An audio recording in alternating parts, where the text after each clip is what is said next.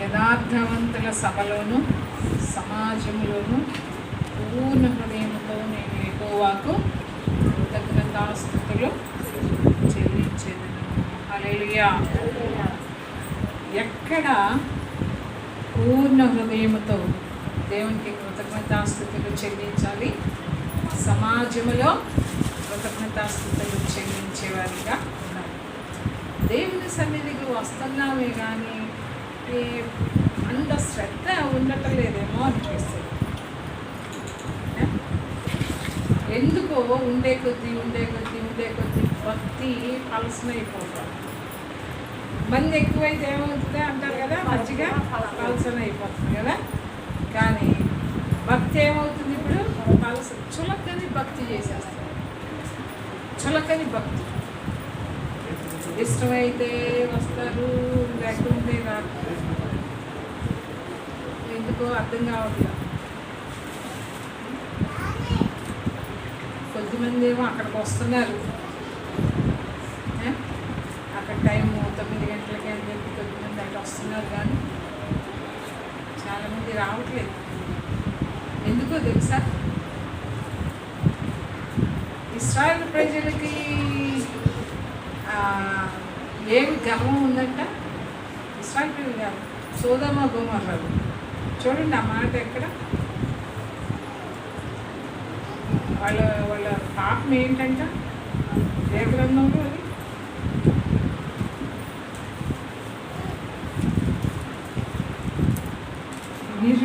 నిర్విచ అనకాడు.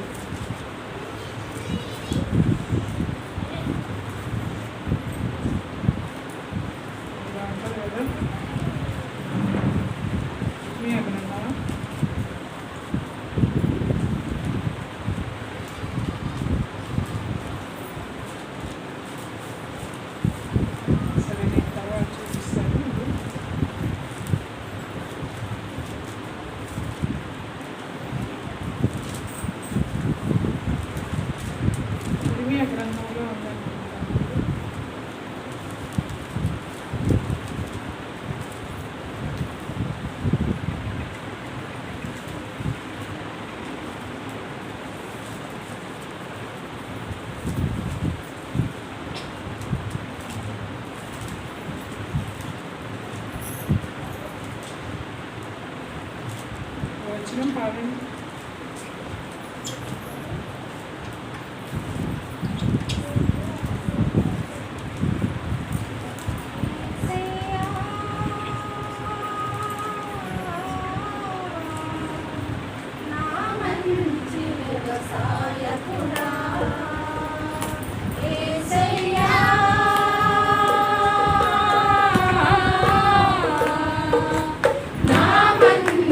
వ్యవసాయకుడా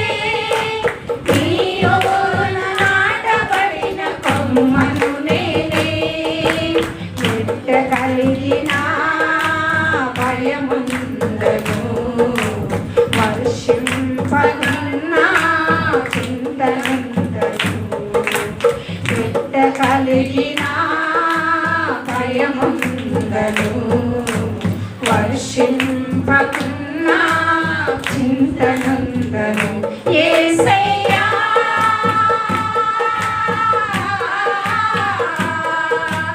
నా మంచి వ్యవసాయకుడా యేసయ్యా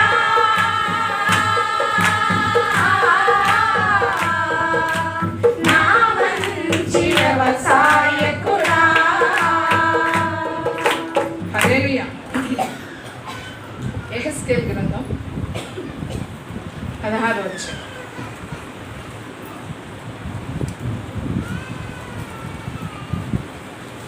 నలభై చిన్నదైన సుధమ చేసిన దోషమేదనగా దానికి దాని కుమార్తెలకును కలిగిన గర్వమును ఆహార సమృద్ధియు నిర్విచారమైన సుఖస్థితియునున్నది. అది దీనులకును దరిద్రులకును సహాయము చేయకుండెను. ఏంటంట సొదొమ గొమొర్రాల పాపం ఏంటంట, దోషం ఏంటంటే దానికిని దాని కుమార్తెకును కలిగిన గర్వమును ఆహార సమృద్ధియు నిర్విచారమైన సుఖస్థితియే అన్నది. హల్లెలూయా. ఏంటంటే వాటి దోషాలు చెప్పాలా? సొదొమ యొక్క దోషం. ఇప్పుడు మన స్థితిని, దేవుని సన్నిధిని ప్రేమించకుండా, దేవునికి మొదటి స్థానం ఇవ్వకుండా ఉంటున్నాము అంటే దానికి కారణం ఏంటో తెలుసా? దేవుడు అవసరం లేదు. అవసరమేముంది? దేవుని అవసరం ఉందా? ఉండటంలా. ఎందుకో తెలుసా? మనలో ఏముంటుందంటే గర్వం ఉంటుందండి. గర్వం. ఆహార సమృద్ధి, ఆహారం సమృద్ధిగా ఉంటుంది. కష్టాలు లేవు, శ్రమలు లేవు, ఏమీ లేవు. అందుకని అక్కడ అంటున్నారు నిర్విచారమైన సుఖస్థితి. ఏంటంట? ఏమి స్థితి? ఏం మంగమ్మ? సుఖానికి అలవాటు పడిన శరీరం. నిర్విచారమైన సుఖస్థితి అనున్నదియే వాళ్ళ యొక్క దోషం. వాళ్ళకున్న గర్వం, వాళ్ళకున్న ఆహార సమృద్ధి, వాళ్ళకున్న నిర్విచారమైన సుఖస్థితి అనే దోషాలు ఏం చేస్తున్నాయి అంటే మనిషిని దేవుని సన్నిధికి రాకుండా ఆటంకపరుస్తున్నాయి. అదే కనుక సమస్యలు ఉన్నాయి అనుకోండి, అబ్బో భయంకరమైన సమస్య ఉందనుకోండి, ఎక్కడికి వెళ్తారు? ఎక్కడ పరిగెత్తుకుంటూ వస్తారు? ఇప్పుడు రాకపోవడానికి కారణం ఏంటి? మంచిగా ఇళ్ళ దగ్గర కూర్చొని మంచిగా టీవీలు ఉన్నాయి ఈ రోజుల్లో. అదేమంటే ఏమంటారు? టీవీలో వాక్యం వింటున్నాం, టీవీలో దాంతోపాటు సినిమాలు కూడా, దాంతోపాటు సీరియల్స్ కూడా. ఒక అతను అన్నాడంటే, ఒక విశ్వాసి పాస్టర్ ఎవరో చాలా రోజులైంది విని, సినిమాల గురించి ఏదో చెప్తుంటే ఆ విశ్వాసి అన్నాడంట, అయ్యా మేము థియేటర్లకు వెళ్ళాము, మేము అసలు సినిమాలు ఎప్పుడో మానేసాం, కానీ టీవీలో చూడొచ్చు కదా, టీవీలో చూస్తున్నాం అని. ఏంటి అంటే థియేటర్కి వెళ్తే పాపమా, ఇంట్లో కూర్చొని చూస్తే పాపం కదా? అది తప్పు కదా? చెప్పండి. దేవుడు చెప్పాడా అమ్మ నువ్వు థియేటర్కి వెళ్ళి చూస్తేనే తప్పు, అది ఇంట్లో చూడవచ్చు చూడు అని చెప్పాడా దేవుడు? దాంతోపాటు వాక్యం సాంతం వినరు. ఆ టీవీలో కూడా వింటారనుకుంటున్నారా? సాంతం వింటారా? మీరు విన్నారా? మొదటి నుంచి చివరి వరకు విన్నారు ఎవరన్నా టీవీలో వాక్యం? గంట సేపు వస్తుంది, గంట సేపు అక్కడే కూర్చొని చూసారా ఎప్పుడన్నా? చూసారా? ఒకళ్ళిద్దరు చూసారా? దాంతోపాటు ఇంకేం చూస్తున్నారు? ఇంకేం చూడరా? ఎవరిని వస్తుంది చెప్పాలి, ఎవరిని వస్తుంది చెప్పాలి. పెద్దాళ్ళు కూడా, చిన్నాళ్ళ కంటే పెద్దాళ్ళు ఇంకా ఎక్కువలే. సీరియల్స్ చూస్తున్నారా, సినిమాలు చూస్తున్నారా? అది ఆడకుండా ఇటు పనులు కావు. ఇంతకుముందు నేను యూసుఫ్గూడలో ఉన్నప్పుడు, అపార్ట్మెంట్లో ఉన్నప్పుడు మా ఎదురే ఒక ఆమె ఉండేది. చర్చికి రమ్మ అంటే నిజంగా ఇది నేను అడిగాను. వాళ్ళ అమ్మ వస్తుంది, ఆ అమ్మాయి చెల్లెలేమో ఈ సీరియల్స్లో వస్తుంది. ఇంతకుముందు సీరియల్స్ ఇప్పుడు రావట్లేదు, సీరియల్స్లో యాక్ట్ చేసేది. ఈ అమ్మాయి ఇంటి దగ్గర ఉండేదన్నమాట. ఈ అమ్మ రామ్మ అంటే, అమ్మో నేను టీవీ చూడకుండా నేను ఉండలేను అంటే, నేను 24 గంటలు చూస్తామంటే వంటలో పని చేసుకుంటే ఈ సౌండ్ అంటే చెవులకి రావాలంట, వినపడుతూనే ఉండాలంట ఆ సౌండ్. ఆ టీవీ ఆన్ అయితేనే ఈమె అక్కడ పని చేసుకుంటారు. చూడండి ఎంత పిల్లలు అంటాం కానీ పెద్దమే దానికి పడిపోయాం కదా. ఎంతమంది అలా ఉన్నారు అంటే ఏంటంటే దేవుడి కంటే ఎక్కువ ఏంటి టీవీ. అది ఏమైనా వాగనే, ఆ సౌండ్ మాత్రం, టీవీ సౌండ్ మాత్రం చెవుల్లో పడాల. అది లేకపోతే పని కూడా చేసుకోలేదంట. తర్వాత పాపం కొద్ది రోజులకే భర్త భయంకరమైన యాక్సిడెంట్ చనిపోయాడు. మేనమామే, ఇద్దరు పిల్లలు, చిన్న చిన్న పిల్లలు. ఆ టైం అమ్మ ఏ పని చేయదు. చాలా బాధేస్తుంది. చూడండి, దేవుడి కంటే కూడా దేన్ని మనం ప్రేమిస్తున్నాం, దేనికి ప్రాధాన్యత ఇస్తున్నాం. నువ్వు దేవుని కంటే కూడా నీ పనికిచ్చిన పనే కావచ్చు, మరి ఏదైనా కావచ్చు, దేవుని కంటే కూడా నువ్వు ఎక్కువ దేనికి ప్రాధాన్యత ఇస్తున్నావో అదే నీకు గురిగా ఉంటావు. జాగ్రత్త. ఈ రోజున నాకేంట్లే, నా స్థితి బాగానే ఉంది, ఆహారం సమృద్ధిగా ఉంది, సుఖస్థితి ఉంది, నాకు బాధలు లేవు, కష్టాలు లేవు, కన్నీళ్ళు లేవు, డబ్బులకి కొదువు లేదు అని అనుకున్నావా, పక్కనే ఉంటాయి, పక్కనే కాచుకుని. జాగ్రత్త. దేవుని కంటే కూడా ఎక్కువగా సొదొమ చేసిన దోషం ఏంటి? ఆ పాపం ఉంది, కానీ దానికంటే కూడా దేవుని దృష్టిలో ఏదంట దోషం? దేవుని దృష్టిలో ఏది దోషం అని చెప్తున్నాడు? వాళ్ళకున్న గర్వం, వాళ్ళకున్న ఆహార సమృద్ధి, నిర్విచారమైన సుఖస్థితి ఉన్నాయా? ఇవి మనలో పరిశీలించుకున్నాం, పరీక్షించుకున్నాం. ఎందుకంటే ఆయన రాకడ దినాలు అతి సమీపముగా ఉన్నాయి కాబట్టి మనల్ని మనం పరిశీలించుకున్నాం. ఈ కీర్తనలో ఆయన చేతి కార్యాలు ఎలాంటివంట? ఆయన ఏ కార్యమైనా చూడండి, ఆ కార్యాలలో ప్రతి కార్యంలో సత్యం ఉంటుంది, న్యాయం ఉంటుంది, యథార్థత ఉంటుంది, ఇవన్నీ ఉంటాయి. ఆయన సమస్త కార్యాలు ఆయన చిత్త ప్రకారమే జరుగుతాయి. సమస్త కార్యాలు మనం చూపించాను కదా, ఎఫ్ఎసీలకు రాసిన పత్రికలో ఏం చూపించాను చూడండి. ఎఫ్ఎసీలకు రాసిన పత్రిక 1వ అధ్యాయంలో అన్నీ కూడా ఆయన చిత్త ప్రకారమే జరుగుతున్నాయి. 1వ అధ్యాయం 12వ వచనం. మరియు క్రీస్తునందు ముందుగా నిరీక్షించిన మనము తన మహిమకు కీర్తి కలుగజేయవలనని దేవుడు తన చిత్త ప్రకారమైన సంకల్పమును బట్టి మనను ముందుగా నిర్ణయించి ఆయన యందు స్వాస్థ్యముగా ఏర్పరిచెను. ఆయన తన చిత్తానుసారముగా చేసిన నిర్ణయము చొప్పున సమస్త కార్యములను జరిగించుచున్నాడు. ఏంటంట? సమస్త కార్యాలు. సమస్తం అంటే ఏంటి? అన్నీ వస్తాయి. మన జీవితాల్లో జరిగే సమస్తము ఆయన చిత్త ప్రకారం అంట, ఆయన నిర్ణయము చొప్పున, ఆయన చిత్తానుసారంగా జరిగిస్తూ ఉన్నాడు.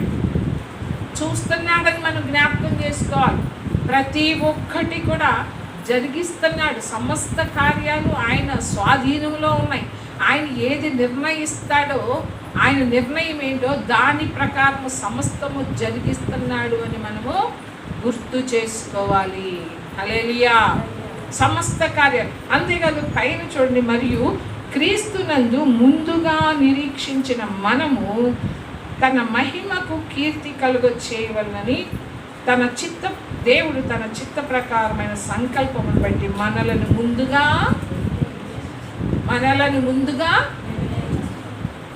మనలను అంటే అన్యజనులు మనలను ముందుగా నిర్ణయించాడు.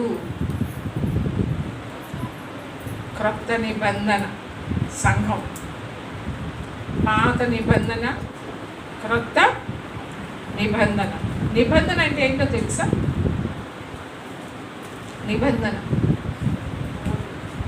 నిబంధన అంటే ఏంటి చెప్పాలా? ఇంత వాక్యం చదువుతున్నారు, నేర్చుకుంటున్నారు. ఇక్కడే కాదు, ఇంట్లోనే కాదు, బయట మీరన్నీ యూట్యూబ్లో చూస్తున్నారు, వాక్యం వింటున్నారు కదా. నిబంధన అంటే ఏంటి?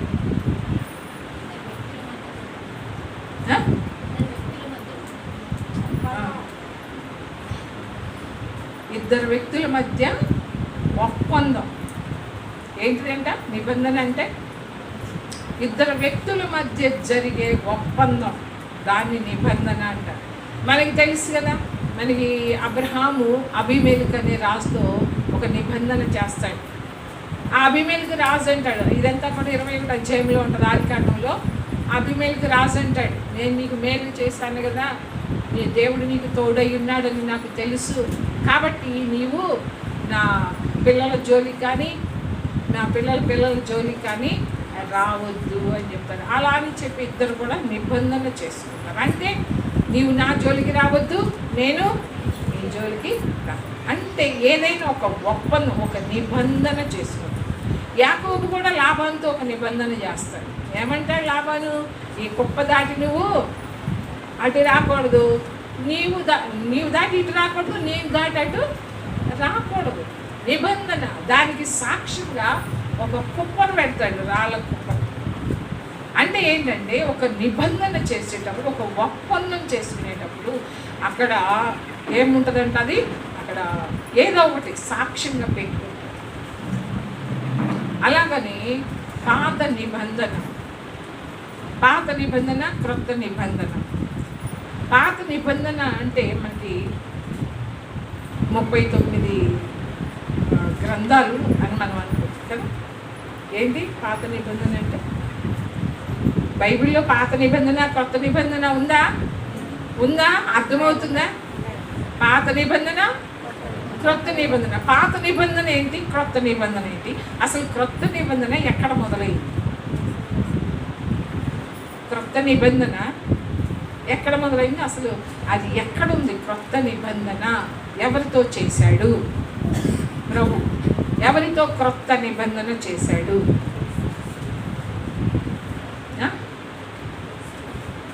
చెప్పండి, తెలిసినా చెప్పండి, మీకు తెలిసింది ఏంటో చెప్పండి.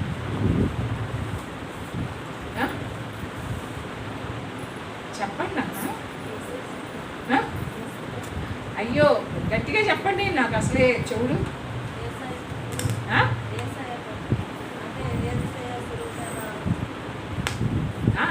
సరిగ్గా చెప్పండి. యేసు ప్రభుని సిలువ వేసింది. ఫ్యాన్ అది ఆపేస్తావు, ఇది ఆపేస్తావు.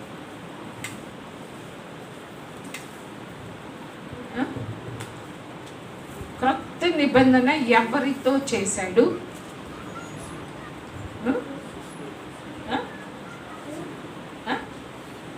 ఒరే పెద్దగా చెప్పండి నాయన.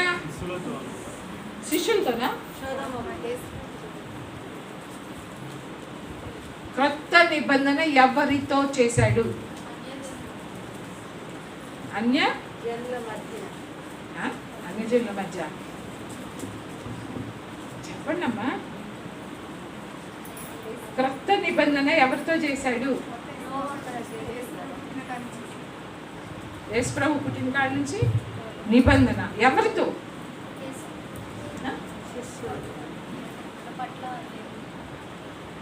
పాత నిబంధనలో ఉందా కొత్త నిబంధన అని? నిబంధన అని కాదు నేను అడిగింది, కొత్త నిబంధన అని పాత నిబంధనలో ఉందా?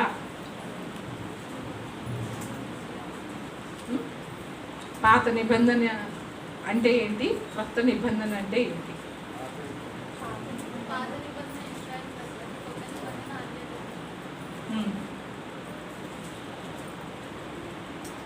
పాత నిబంధన ఇశ్రాయేలు ప్రజలకి, క్రొత్త నిబంధన అన్ని జనులుగా. అన్ని జనులతో ఏ నిబంధన చేయడం, అన్య జనులతో ఏ నిబంధన చెయ్యలేదు. మీకు చూపిస్తామంట. హెబ్రీలకు రాసిన పత్రిక చూడండి.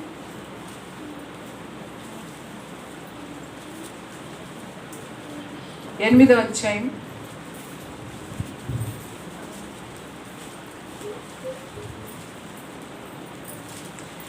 5వ వచనం నుండి చదువుతున్నాం. మోషే గుడారం అమర్చబోయినప్పుడు కొండ మీద నీకు చూపబడిన మాదిరి చొప్పున సమస్తమును చేయుటకు జాగ్రత్త పడుము అని దేవుని చేత హెచ్చరింపబడిన ప్రకారము ఈ యాజకులు పరలోక సంబంధముకు వస్తువుల ఛాయారూపకమైన గుడారమునందు సేవ చేదురు. ఈయన అయితే ఇప్పుడు మరి ఎక్కువైన వాగ్దానములను బట్టి నియమింపబడిన మరి ఎక్కువైన నిబంధనకు మధ్యవర్తి అయి ఉన్నాడు కనుక మరి శ్రేష్టమైన సేవకత్వము పొంది ఉన్నాడు. ఏలయనగా ఆ మొదటి నిబంధన లోపము లేనిదైతే రెండవ దానికి అవకాశం ఉండనేరదు. అయితే ఆయన ఆక్షేపించి వారితో ఇలాగ చెప్పుచున్నాడు, ప్రభువు ఇట్లనెను, ఇదిగో ఒక కాలము వచ్చుచున్నది, అప్పటిలో ఇదిగో ఒక కాలము వచ్చుచున్నది, అప్పటిలో ఇశ్రాయేలు ఇంటి వారితోను యోధా ఇంటి వారితోను నేను క్రొత్త నిబంధన చేయుదును. ఎవరితో? మనతోనా?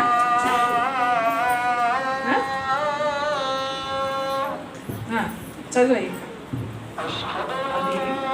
అది నేను ఐగుప్తు దేశములో నుండి వీరి పితరులను వెలుపలికి రప్పించుటకై వారిని చేయి పట్టుకునే దినమున వారితో నేను చేసిన నిబంధన వంటిది కాదు. ఏమనగా వారు నా నిబంధనలో నిలువలేదు గనుక నేను వారిని అలక్ష్యము చేసి తినని ప్రభువు చెప్పుచున్నాడు. ఆ దినములైన తర్వాత ఇశ్రాయేలు ఇంటి వారితో నేను చేయబో నిబంధన ఏదనగా వారి మనస్సులో నా ధర్మ విధులను ఉంచెదను, వారి హృదయముల మీద వాటిని వ్రాయుదును, నేను వారికి దేవుడనైందును, వారు నాకు ప్రజలైందును. వారిలో ఎవడును ప్రభువును తెలుసుకునుడని తన పట్టణస్థునికైనను తన సహోదరునికైనను ఉపదేశము చేయడు. వారిలో చిన్నలు మొదలుకొని పెద్దల వరకు అందరూ నన్ను తెలుసుకుందరు. ఆ రోజునంట ఎవ్వరు కూడా ఉపదేశము చెయ్యరంట. ప్రభువుని తెలుసుకోండి అని చెప్పి ఎవ్వరు సువార్త కూడా చెప్పరంట. చెప్పకపోయినా ఇక్కడ ఏమనంటే ప్రభువుని తెలుసుకోండి అని తన పట్టణస్థునికైనను తన సహోదరునికైనను ఉపదేశము చేయడం. మీకు ఈ పాత నిబంధన క్రొత్త నిబంధన అర్థమైతే చాలు. వారిలో చిన్నలు మొదలుకొని పెద్దల వరకు అందరూ నన్ను తెలుసుకొందరు. హల్లెలూయా. ఎప్పుడంట అంటున్నాడు, నేను క్రొత్త నిబంధన చేయుదును. క్రొత్త నిబంధన ఎవరితో? యూదా వారితోను ఇశ్రాయేలు ఇంటి వారితో నేను ఒక క్రొత్త నిబంధన చేస్తాను. ఆ నిబంధన ఎలాంటిదంటే, ఇంతకుముందు ఐగుప్తు దేశంలో నుండి వాళ్ళని బయటికి రప్పించిన దినమున వారితో నేను చేసిన నిబంధన వంటిది కాదు. వారిని చెయ్యి పట్టుకుని దినమున నేను వారితో చేసిన నిబంధన వంటిది కాదు ఈ క్రొత్త నిబంధన. ఏంటంట? ఏం చేశాడు ఆ రోజున ఇశ్రాయేలు ప్రజల్ని ఐగుప్తులో నుంచి బయటకు తీసుకొచ్చినప్పుడు ఏమి నిబంధన చేశాడు వాళ్ళతో? నిర్గమకాండం చూడండి. నిర్గమకాండం ఈ నిబంధన పాత నిబంధన అంటే దేవుని దగ్గరికి రావటానికి మార్గం లేదు అని చెప్పటానికి మాత్రమే ఈ ఆజ్ఞలు కానీ, ఈ బలులు కానీ, అర్పణలు కానీ, ఈ నిబంధనలు కానీ. ఏంటంటే దేవుని దగ్గరికి రావటానికి మార్గము లేదు. పాత నిబంధనను బట్టి ఎవ్వరూ కూడా పరలోక రాజ్యములో చేరలేడు. దేవుని దగ్గరికి రావాలి అంటే పాత నిబంధన పనికిరాదు. ఆ బలులు కానీ, అర్పణలు కానీ నిన్ను పరలోక రాజ్యంలో చేర్చడానికి శక్తి కలిగినవి కాదు. పాత నిబంధన ఏది కూడా ఆ రోజున బలులు అర్పించారు, అర్పణలు అర్పించారు, ఎన్నో చేశారు. అవన్నీ కూడా నిన్ను పరలోకములో చేర్చలు. ఆ శక్తి వాటికి లేదు. అందుకనే మొదటి నిబంధన అంట ఇక్కడ దేవుడే ఉన్నాడు. ఆ మొదటి నిబంధన లోపము లేనిదైతే రెండవ దానికి అవకాశం ఉండదు. ఆ పాత నిబంధన అంటే మొదటి నిబంధన, ఇక్కడ రెండు నిబంధనలు. ఆ మొదటి నిబంధన లోపము లేనిదైతే రెండవ దానికి ఇంకా అసలు రెండవ నిబంధన చేయవలసిన అవసరం కూడా లేదు. ఏముంది లోపం? ఈ ఆజ్ఞలు ఎందుకు ఇవ్వబడినాయి? ఈ నిబంధన ఎందుకు ఇవ్వబడింది? ఎందుకు ఇవి బలహీనమైపోయినాయి? ఎందుకు బలహీనం పడిపోయినాయి అంటే వాటి వలన, అంటే ఈ అర్పణల వలన కానీ, ఈ దేవుడు చేసిన నిబంధన వలన కానీ, ఆయన బలుల వలన కానీ మనిషి పరలోక రాజ్యంలో ప్రవేశించలేడు. మన అందరికీ తెలుసు కదా, పాత నిబంధన భక్తులందరూ కూడా యేసు ప్రభు చనిపోయిన తర్వాత ఎక్కడికి వెళ్ళాడు? చాలాసార్లు మీరు విన్నారు. ఎక్కడికి వెళ్ళాడు ప్రభు? మొత్తం పాతాళానికి వెళ్ళాడు. కింద అక్కడ ఈ పాత నిబంధన భక్తులందరూ ఎక్కడున్నారు? ఒక చెరలో ఉన్నారు. అప్పటిదాకా యేసు ప్రభు రక్తము కార్చే వరకు కూడా వాళ్ళకి విమోచన లేదు. వాళ్ళు బలులు అర్పించారు కదా. దేవుడు కొంతమంది, అందరు కాదు, చాలామంది విశ్వాసంతో ఉన్నారు, భక్తి కలిగి ఉన్నారు. కానీ అవేమీ కూడా వాళ్ళని పరదేశంలోనికి తీసుకెళ్ళలేకపోయింది, దేవునికి దగ్గర చేయలేకపోయింది. ఎందుకని? అది లోపం కలిగింది. అంటే ఆ బలులు కానీ, అర్పణలు కానీ ఏది కూడా ఇశ్రాయేలు ప్రజల్ని దేవునికి దగ్గరకి, అంటే పరలోకానికి చేర్చే శక్తి ఈ బలులకు కానీ, ఈ నిబంధనకు కానీ దేనికి లేదు. అందుకనే మొదటి నిబంధన లోపము లేనిదైతే, లోపము ఉంది కాబట్టే రెండవ దానికి అవకాశం వచ్చింది. అర్థమవుతుందా?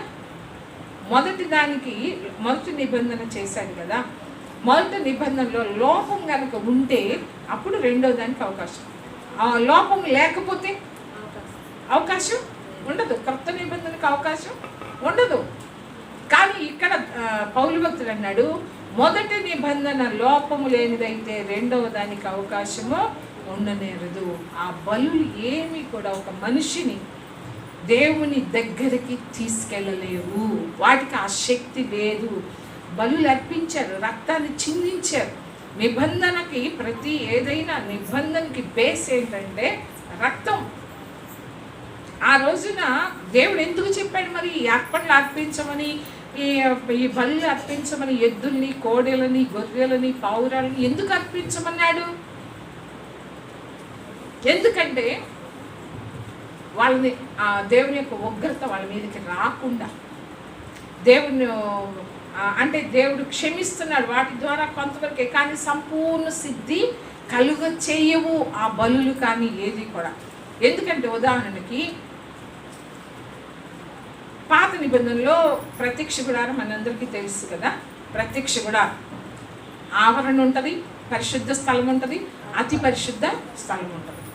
అతి పరిశుద్ధ స్థలంలోనికి ప్రధాన యాజకుడు ఒక్కడే సంవత్సరానికి ఒక్కసారి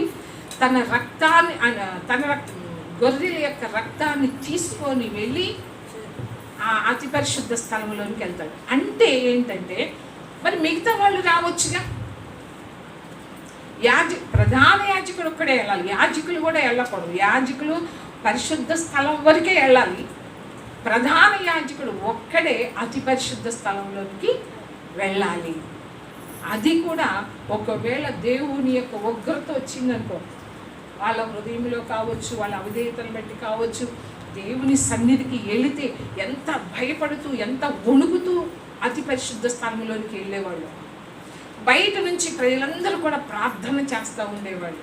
అంతేకాదు ప్రధాన యాజకుని యొక్క నడుముకు ఒక తాడు కట్టేవాళ్ళు.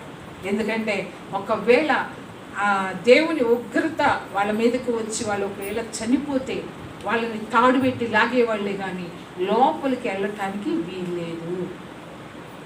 అంటే దేవుని దగ్గరికి తీసుకెళ్ళటానికి ఈ బలులు కానీ అర్పణలు కానీ ఏవి పనికిరావు. ప్రత్యక్ష గుడారం ఒక మనిషి అంటే మనుషులు చేసేది. దేవుడు చెప్పినప్పుడు ఇక్కడ మాట ఉంటుంది కదా, 5వ వచనంలో 8వ అధ్యాయం 5వ వచనంలో, మోషే గుడారము అమర్చబోయినప్పుడు కొండ మీద నీకు చూపబడిన మాదిరి చొప్పున సమస్తము చేయుటకు జాగ్రత్త పడుము అని దేవుని చేత హెచ్చరింపబడిన ప్రకారము ఈ యాజకులు పరలోక సంబంధమగు వస్తువుల ఛాయారూపకమైన గుడారమునందు సేవ చేశారంట. ఎక్కడ చేశారు ఈ ప్రధాన యాజకులు కానీ పరలోక సంబంధమగు వస్తువుల ఛాయారూపకం. దేవుడంట మోషేకి చూపించాడంట పరలోకంలో ఒక గుడారం, ప్రత్యక్ష గుడారం. అది పరలోకములో ఉంది. దాన్ని అంటే జాగ్రత్త అని చెప్తున్నాడు. కొండ మీద నీకు చూపబడిన మాదిరి చొప్పున సమస్తము చేయటానికి జాగ్రత్త పడని దేవుని చేత హెచ్చరించబడిన ప్రకారము దేవుని చేత హెచ్చరించబడ్డాడు. జాగ్రత్త, నేను 2 అంగుళాలు పెట్టమంటే 2 అంగుళాలు పెట్టు, ఏమోలే కొంచెం తగ్గిద్దాం లేకుంటే ఎక్కువ చేద్దామంటే దేవుడు ఊరుకోడు. అక్కడ ఏదైతే దేవుడు చూపించాడు, మోషేకి దేవుడు చూపించాడు. మీకు అంతేకాదు, పైన చూడండి 1వ వచనంలో, మేము వివరించుచున్న సంగతులలోని సారాంశం ఏదనగా, మనకు అట్టి ప్రధాన యాజకుడు ఒకడు ఉన్నాడు. ఆయన పరిశుద్ధాలయమునకు అనగా మనుష్యుడు కాక ప్రభువే స్థాపించిన నిజమైన గుడారమునకు పరిచారకుడై ఉండి. నిజమైన గుడారం ఉంది, ప్రభువే స్థాపించిన నిజమైన గుడారం ఎక్కడుందంటే పరలోకంలో ఉంది. ఇది దేవుడు చెప్పాడు. ఇక్కడ మోషేతోటి దేవుడు చెప్పాడు పరలోకంలో ఒక గుడారం ఉంది, దాన్ని చూపించాడు. ప్రభువే స్థాపించిన నిజమైన గుడారం అనేది అక్కడ ఉన్నది. దాన్ని మోషేకి దేవుడు చూపించి అదే మాదిరి ఇక్కడ కట్టు, అదే గుడారం. దానికి తెల్ల రంగు పెట్టమంటే తెల్ల రంగే పెట్టాలి, దారాలకు కానీ ఏది మొత్తం కూడా కొలతల ప్రకారం అన్ని దేవుడు చూపించాడు. జాగ్రత్తని హెచ్చరిస్తున్నాడు. నువ్వు జాగ్రత్త, ఒకవేళ నువ్వు అటు ఇటుగా ఒకవేళ నీవు కడతావేమో, నేను ఏది చెప్పానో సమస్తము అటు ఇటు పొల్లు కూడా పోకుండా అంటారు కదా, సూది అంత తేడా కూడా రాకూడదు. చూడు ఎంత కష్టమో. అంటే దేవుడు నివసించబోయే స్థలం అది, అతి పరిశుద్ధ స్థలం. వాళ్ళ మధ్యకి వచ్చి మాట్లాడటానికి ఒక ప్రత్యక్ష గుడారాన్ని కట్టమని చెప్పాడు. అక్కడ బయట ఆవరణలో బలులు అర్పణలు అర్పించినప్పుడు ఈ ప్రధాన యాజకుడు సంవత్సరానికి ఒక్కసారి, చూడండి ఎక్కడంటే 9వ అధ్యాయము 7వ వచనంలో, సంవత్సరమునకు ఒక్కసారి మాత్రమే ప్రధాన యాజకుడు ఒక్కడే రక్తము చేత పట్టుకుని 2వ గుడారంలోనికి ప్రవేశించును. ఆ రక్తము తన కొరకును ప్రజల అజ్ఞాన కృతముల కొరకును అతడు అర్పించును. దీనిని బట్టి ఆ మొదటి గుడారం ఇంకను నిలిచిచుండగా అతి పరిశుద్ధ స్థలములో ప్రవేశించు మార్గము బయలుపరచబడలేదని పరిశుద్ధాత్మ తెలియజేయుచున్నాడు. ఆ గుడారము ప్రస్తుత కాలమునకు ఉపమానముగా ఉన్నది. ఈ ఉపమానార్థమును బట్టి మనస్సాక్షి విషయంలో ఆరాధకునికి సంపూర్ణ సిద్ధి కలుగజేయలేని అర్పణలను బలులను అర్పింపబడుచున్నవి. ఇవి దిద్దుబాటు జరుగు కాలం వచ్చే వరకు విధింపబడి అన్నపానములతోనూ నానా విధములైన ప్రక్షాళనములతోనూ సంబంధించిన శరీరాచారములు మాత్రమే ఉన్నవి. ఇవేంటంటే అన్నపానములతోనూ నానా విధములైన ప్రక్షాళనములతోనూ సంబంధించిన శరీరాచారములు మాత్రమై ఉన్నవి. ఇవన్నీ కూడా ఆరాధికునికి సంపూర్ణ సిద్ధి కలుగ చెయ్యలేని అర్పణలను బలులను అర్పింపబడుచున్నవి. సంపూర్ణ సిద్ధి కలుగ చేయవు. ఒక మనిషి దేవుని దగ్గరికి రావటానికి మార్గములు, ఈ పాత నిబంధన కానీ ఈ ఆజ్ఞలు కానీ ఈ అర్పణలు ఏది కూడా ఒక మనిషిని దేవుని దగ్గరికి రావటానికి మార్గం చూపించలేవు. ఈ అర్పణలు ఏది కూడా దేవుని దగ్గరికి ఒక మనిషి రావాలి అంటే అవి ఏమి కూడా మార్గాన్ని చూపించలేవు అని చెప్పటానికే ఈ అర్పణలు బలులు అంటే ఛాయారూపకమైన ధర్మశాస్త్ర సంబంధమైన నిబంధన ఇది. అందుకనే పాత నిబంధన ఏంటంటే ఛాయారూపం అంటే ప్రభువు చేసే కార్యాలు ముందుగానే ఇవన్నీ కూడా మాదిరి. ఛాయ అంటే నీడ, అసలు వస్తుంది దానికి మాదిరి. ఇవన్నీ ఛాయారూపకమైన పాత నిబంధన అంటే అన్ని ఛాయే, నిజం కాదు. ఇవి అసలు సంపూర్ణ సిద్ధి కలుగు చేయి, తాత్కాలికమైంది. ఈ పాత నిబంధన అంతా కూడా తాత్కాలికమైంది. నీవు వీటి వలన దేవుని దగ్గరికి నువ్వు రాలేవు అని నువ్వు అర్థం చేసుకోవాలి. అర్థం చేసుకోవటానికి దేవుడు చెప్తున్నాడు. ఈ పాత నిబంధన అంతా కూడా ఏది కూడా మనల్ని పరలోక రాజ్యంలో చేర్చలేవు. ఈ అర్పణలు కానీ వాటికి శక్తి లేదు. ఆ అర్పణలకి శక్తి లేదు. మనల్ని పరలోక రాజ్యంలో పరలోక రాజ్యానికి తీసుకెళ్ళటానికి ఈ అర్పణలకు కానీ బలులకు కానీ ఎన్ని బలులైనా ఇవ్వు, వాటికి శక్తి లేదు. అందుకనే పాత నిబంధన భక్తులందరూ ఎక్కడున్నారు? చెరలో ఉన్నారు, పాతాళంలోనే ఉన్నారు. యేసు ప్రభు విమోచించే వరకు కూడా యేసు ప్రభు వెళ్ళి ఆ చెరగా తీసుకెళ్ళాడు, వాళ్ళందరినీ విమోచించాడు. మరి అంతకుముందే వెళ్ళిపోవచ్చుగా పరదేశంలో ఉండొచ్చు కదా. కానీ ఆ గొర్రెల రక్తము ఎద్దుల రక్తము ఏది కూడా వీళ్ళకి సంపూర్ణ సిద్ధి కలుగొచ్చి వాళ్ళని విమోచించడు. వాళ్ళని పరలోకానికి అవి తీసుకెళ్ళలేవు. వాటికి ఆ శక్తి లేదు, ఆ బలులకి అంత శక్తి లేదు. అదంతా పాత నిబంధన.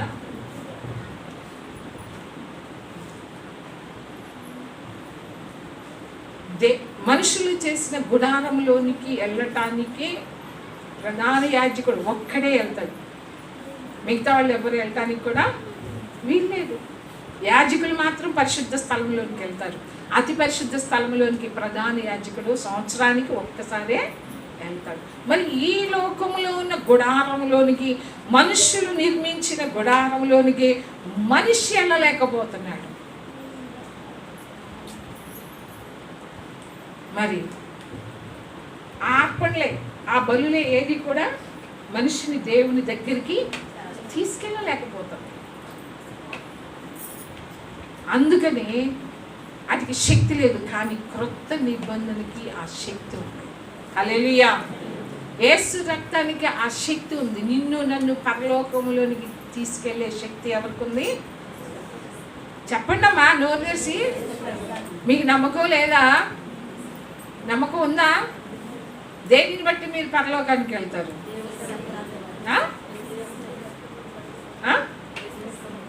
అందరినీ మీరు నమ్మట్లేదు, అందుకని గట్టిగా చెప్పలేకపోతున్నారు. కొంతమంది ఏం చేస్తారో తెలుసా? ఏదన్నా క్వశ్చన్ అడిగారు అనుకోండి, సగం మిగుతారు, సగం అవును, అది అవునా కాదు, అవునా కాదు. కరెక్ట్గా తెలిసిందనుకోండి గట్టిగా చెప్పేస్తారు ఆన్సర్. మీరు గట్టిగా చెప్పట్లేదంటే ఏంటి? చెప్పండి. నమ్మకం ఉందా? ఇశ్రాయేల్ ప్రజలు కూడా వాళ్ళ అవిశ్వాసాన్ని బట్టి దేవుడు చేసిన నిబంధన మీద, దేవుడు చేసిన వాగ్దానాల మీద నమ్మకం లేదు, వాళ్ళకి విశ్వాసం లేదు. కాబట్టి వాళ్ళ విశ్రాంతిలో ప్రవేశించలేదంట. మీరు చూడండి, హెబ్రీయులకు రాసిన పత్రిక 3వ అధ్యాయంలో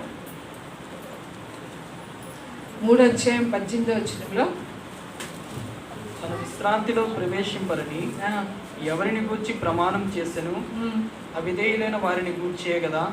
కాగా అవిశ్వాసము చేతనే వారు ప్రవేశింపలేకపోయారని గ్రహించుచున్నాము. ఎందువలన దేవుడు వాగ్దానం చేసిన ఆ కనాను దేశంలోనికి వాళ్ళు ప్రవేశించలేకపోయారు అంటే వారి యొక్క అవిశ్వాసాన్ని బట్టి. దేవుని మాట మీద, దేవుడు నిబంధన మీద వాళ్ళకి విశ్వాసం లేదు.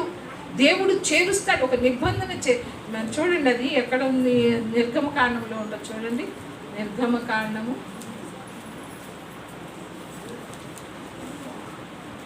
19వ అధ్యాయంలో 4వ వచనం.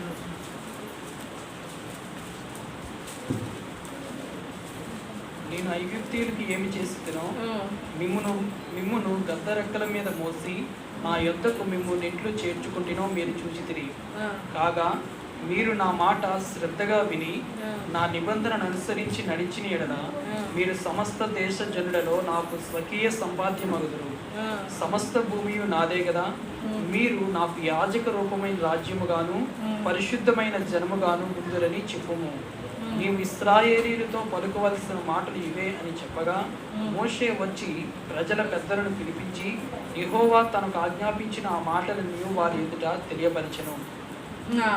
ఇక్కడ ఏంటంటే దేవుడు వాళ్ళతో ఒక నిబంధన, నా నిబంధన అనుసరించి నడిచిన ఎడల మీరు సమస్త దేశ జనులలో నాకు స్వకీయ సంపాద్యమగుదురు. సమస్త భూమియు నాదే కదా. మీరు నాకు యాజక రూపమైన రాజ్యముగాను పరిశుద్ధమైన జనముగాను ఉందిరని చెప్పమని చెప్పినప్పుడు మోషే మధ్యలో ఉండి ఇశ్రాయేల్ ప్రజలతో చెప్పమన్నప్పుడు మోషే వెళ్ళి ఇశ్రాయేల్ ప్రజలతో చెప్పినప్పుడు వాళ్ళు ఏమంటున్నారు? యెహోవా చెప్పినదంతయు చేసేదమని ఏకముగా ఉత్తరం ఇచ్చిరి. దానికి ఒప్పుకున్నారు. దేవుడు చెప్పినట్లుగా మేము చేస్తాము, ఆయన మాటలు మేము వింటాము అని చెప్పి వాళ్ళు ఒప్పుకున్నారు. ఒప్పుకున్న తర్వాత అంటే ఒక నిబంధన చేసుకున్నారు అన్నమాట. అసలు మనందరికీ తెలుసు, ఈ అబ్రహాం తెలుసు కదా. అబ్రహాంతో దేవుడు ఒక నిబంధన చేశాడు. ఏమి నిబంధన చేశాడు? నువ్వు నా మాట వింటే నీ బంధువులు విడిచిపెట్టి, నీ తండ్రిని, అందరినీ విడిచిపెట్టి నేను చూపించే దేశంకు నువ్వు కనుక వెళితే నిన్ను ఆశీర్వదిస్తాను అని చెప్తాడు. అబ్రహాం విన్నాడు.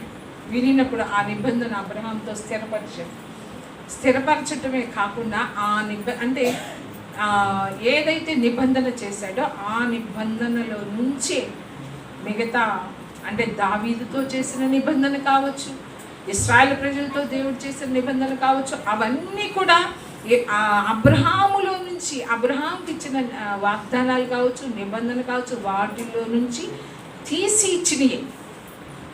మొదట అబ్రహాంకి ఏమని వాగ్దానం చేశాడు? ఒక భూమి గురించి వాగ్దానం చేశాడు. నువ్వు నా మాట వింటే ఒక దేశాన్ని నీకు ఇస్తాను. హల్లెలూయా. నువ్వు నా మాట విను, నేను నీతో ఒక నిబంధన చేస్తాను. నువ్వు నా మాట వింటే ఒక దేశాన్ని నీకు ఇస్తాను. ఆ దేశం ఎలాంటిదంటే ఎంత శ్రేష్టమైన దేశాన్ని ఇచ్చాడు మనందరికీ తెలుసు కదా. ప్రపంచంలోని మధ్య ఉండేది ఏంటిది?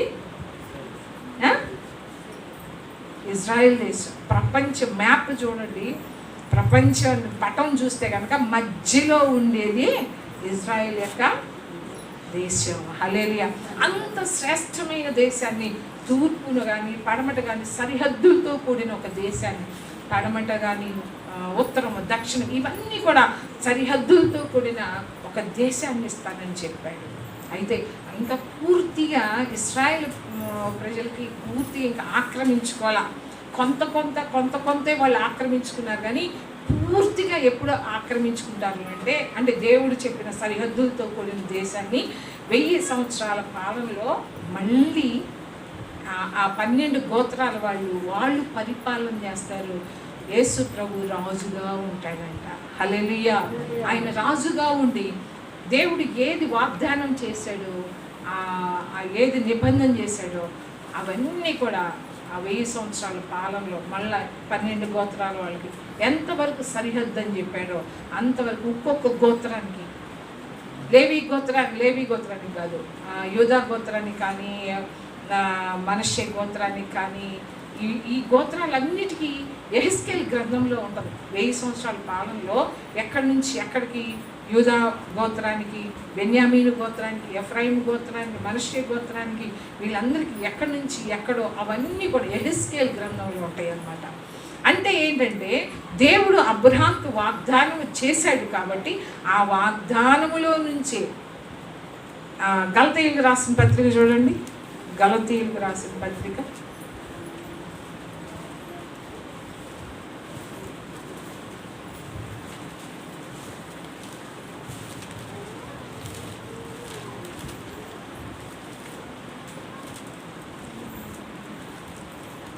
3వ అధ్యాయము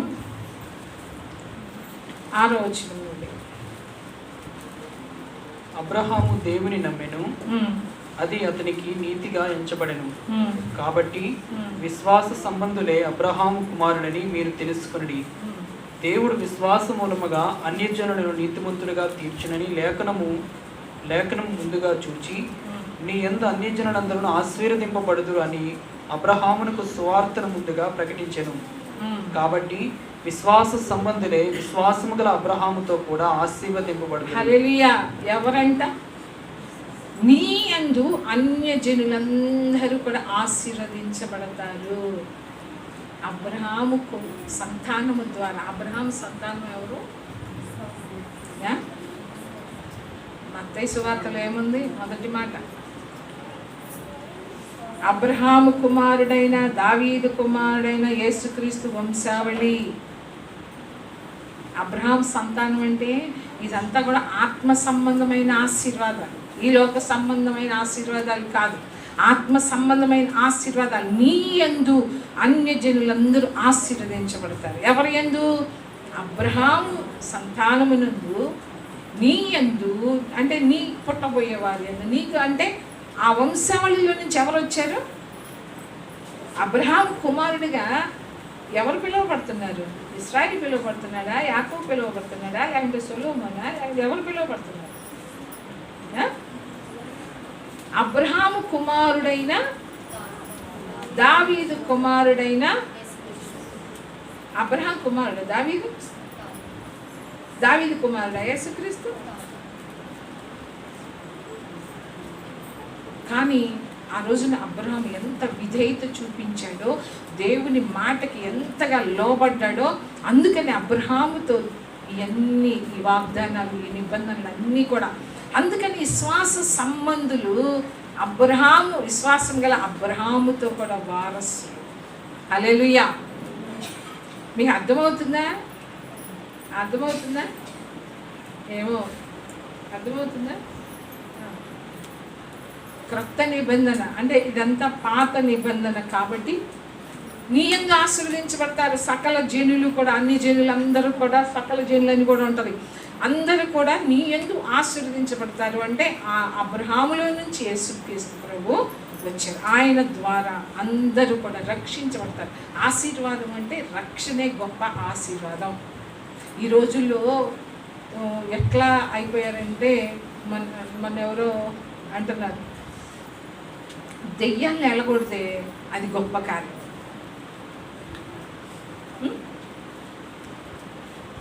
ఇప్పుడు రోజుల్లో చాలామంది జనాలు ఏం చేస్తున్నారు అంటే, ఎందుకంటే అన్నిలో నుంచి వచ్చాం కదా, వాళ్ళకి మనకి ఇప్పుడు తేడా ఏం కనపడట్లేదు. నాకు అన్ని జనులు ప్రభువుని తెలుసుకొని వాళ్ళందరూ ఎక్కడికి వెళ్తారు? దెయ్యం పట్టిన వాళ్ళందరూ భూత వైద్యుడు అని చెప్పి, భూత వైద్యుడు. భవిష్యత్తు తెలుసుకోవాలంటే జ్యోతిష్కు దగ్గరికి వెళ్తారు. దెయ్యాలని వదిలిగొట్టాలంటే భూత వైద్యుడికి దగ్గరికి వెళ్తారు. చాలామంది అదే. ఇప్పుడు కూడా అదే అయిపోయింది.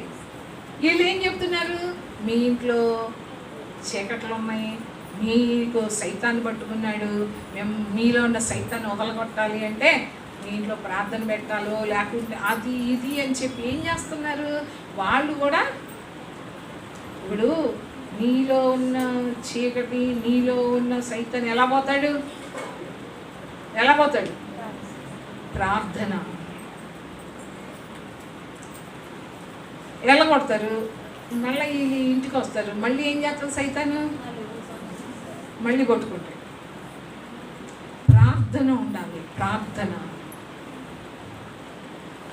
ప్రార్థనకి అసాధ్యం. అందుకని ఒకసారి యేసుప్రభు దగ్గరికి శిష్యులు వస్తారు కదా, శిష్యులు వచ్చినప్పుడు ఒక అబ్బాయికి దయ్యం పట్టుద్ది, వీళ్ళు వదలగొట్టలేకపోతారు.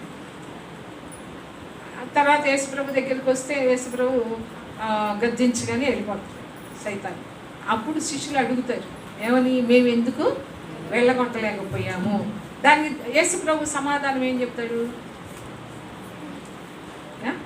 ప్రార్థన, ఉపవాసం, ప్రార్థన ద్వారానే అది సాధ్యము. హల్లెలూయా. నువ్వు ప్రార్థన చేయాలి. నీ దగ్గరికి రా. ఈ రోజుల్లో అద్భుతాలు జరగాలంట, ఆశ్చర్యకార్యాలు జరగాలంట. నాకేదో అర్థం కావట్లేదు.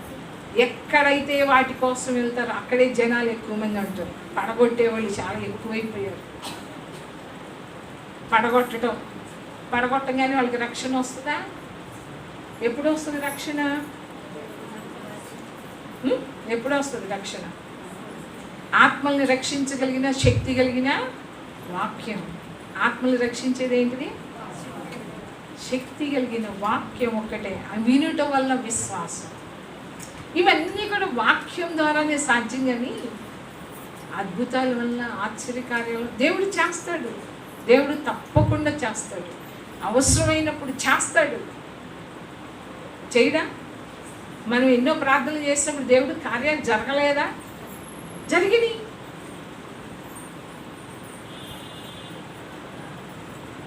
అంతేగాని అద్భుతాలు, ఆశ్చర్యకార్యాలు జరగాలని ఎప్పుడు కూడా జరుగుతాయి. మనం అడగకపోయినా దేవుని సన్నిధిలో కన్నీరు కార్చి ప్రార్థన చేస్తూ ఉంటే దేవుడు మనకి ఏది ఇవ్వాలో ఏది ఇవ్వకూడదు అన్నీ చేస్తాడు మన పక్షంగా. ఆయన ప్రాణమే ఇచ్చినప్పుడు మన కొరకు మనం అడిగినవి చెయ్యడా? అవి న్యాయముగా, సత్యముగా, యథార్థంగా ఉన్నప్పుడు దేవుడు తప్పకుండా చేస్తాడు. ఇక్కడ విశ్వాస సంబంధులే విశ్వాసం గల అబ్రహాంతో కూడా ఆశీర్వదించబడతారు. అయితే మీకు క్రొత్త నిబంధన గురించి మొట్టమొదట దేవుడు ఎక్కడ చెప్పాడు? క్రొత్త నిబంధన బైబిల్లో పాత నిబంధనలో ఉందా? క్రొత్త నిబంధనలో ఉందా? పాత నిబంధనలో ఉందా?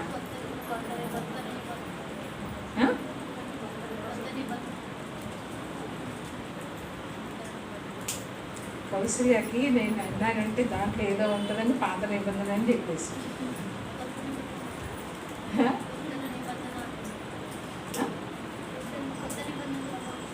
కొత్త నిబంధన లేదా? ఎక్కడ? సర్చిలోకి వెళ్ళిపోతున్నారా? ఎక్కడుంది?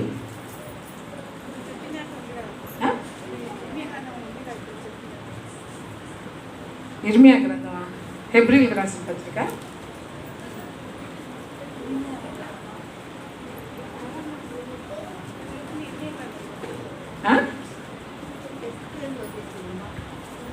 నేనే చెప్పానా? సరే చెప్తాను. ఇర్మియా గ్రంథం చూడండి, మీకు అవన్నీ వాక్యాలు చూపిస్తాను అంతేను. ఇర్మియా గ్రంథం 23వ అధ్యాయము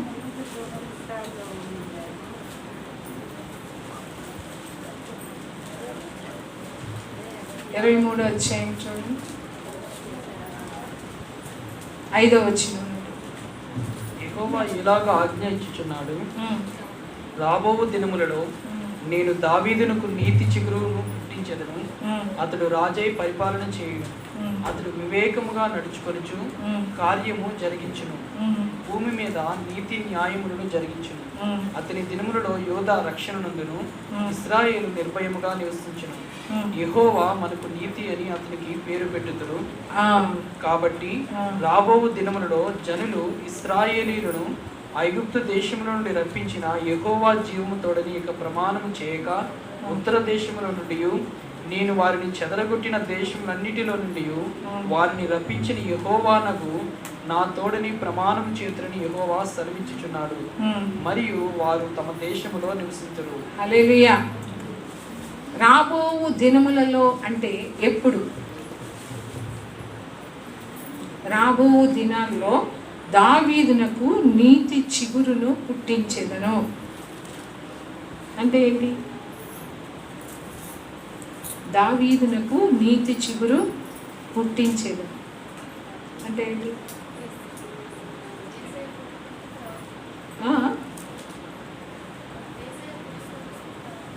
ఓకే,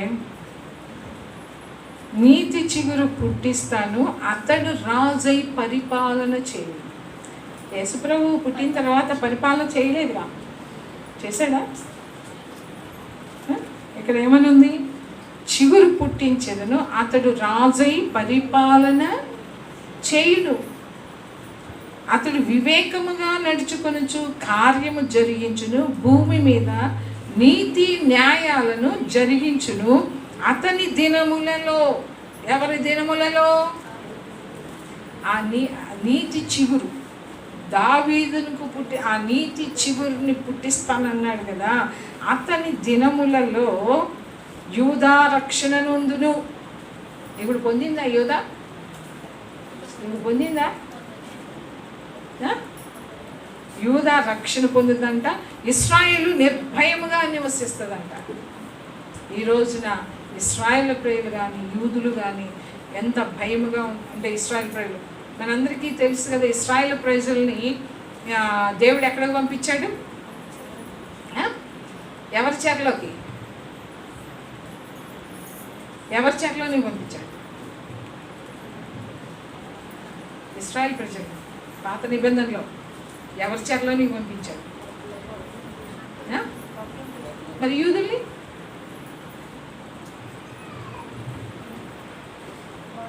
వాళ్ళని కూడా ఇశ్రాయేల్ ప్రజల్ని దేవుడు అష్షూరు రాజు చేతికి అప్పగించేశాడు. వాళ్ళు చేసిన పాపాన్ని బట్టి, వాళ్ళు దేవుని యొక్క మాటను వినకపోవటాన్ని బట్టి దేవుడు ఏం చేశాడంటే అష్షూరు రాజు చేతికి అప్పగించేశాడు. యూదులనేమో బబులోను రాజ్యానికి, బబులోను రాజుకి అప్పగించేశాడు. హల్లెలూయా. అయితే ఇప్పుడు యూదులు వచ్చారు, ఇశ్రాయేలు దేశంలోనికి యూదులు వచ్చారు కొంతమంది, ఇంకా రావాల్సిన వాళ్ళు ఉన్నారు. కానీ ఇశ్రాయేలు ప్రజలు రాలేదు. ఇంకా ఇశ్రాయేలు ప్రజలు రావాల్సి ఉంది. అందుకని అంటున్నాడు దేవుడు, యూదా రక్షణ పొందుతాడు. ఎప్పుడు రక్షణ పొందుతాడు? ఎప్పుడు అంటే ఆయన పరిపాలన చేసేటప్పుడు. రాజు అంటే రాజులకు రాజు అయిన మన ప్రభు పరిపాలన చేసేటప్పుడు యూదా అంట నిర్భయముగా ఉంటుందంట. యూదా రక్షణ పొందుతుందంట.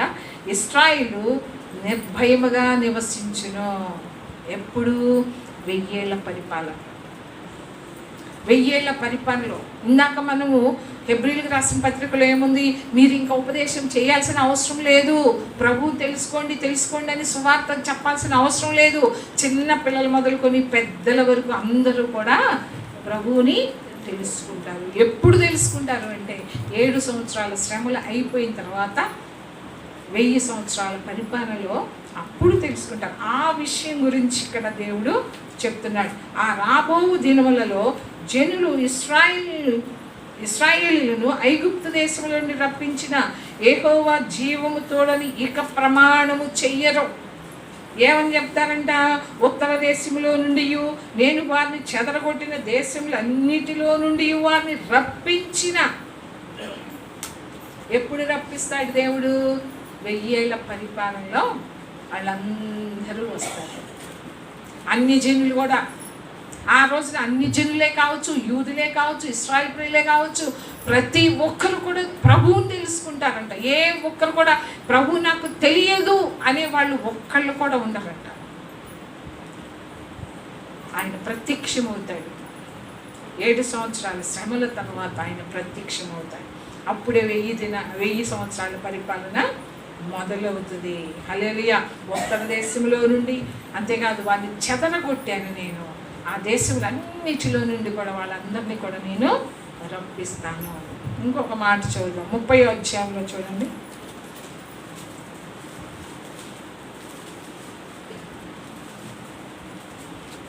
4వ వచనం. యెహోవా ఇశ్రాయేలు వారిని గూర్చి ఆ, యూదా వారిని గూర్చి సెలవిచ్చిన మాటలివి. ఆ, యెహోవా ఇట్లనెను, ఆ.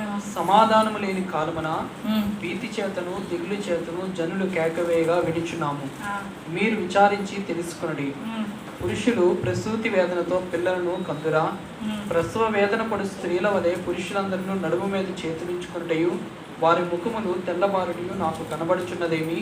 ఉమ్. అయ్యో, ఎంత భయంకరమైన దినము! అట్టి దినము మరి ఒకటి రాదు. అది యాకోబు సంతతి వారికి ఆపద తెచ్చు దినము. అయినను వారు దానిలో పడకుండా రక్షింపబడుతురు. సైన్యములకు అధిపతిగా యెహోవా ఎలాగూ సెలవిచ్చుచున్నాడు, నీకున్న కాడి నీ మెడ నుండకుండా ఆ దినమున నేను దాన్ని విరిచి నీ కట్టను తెంపెదను.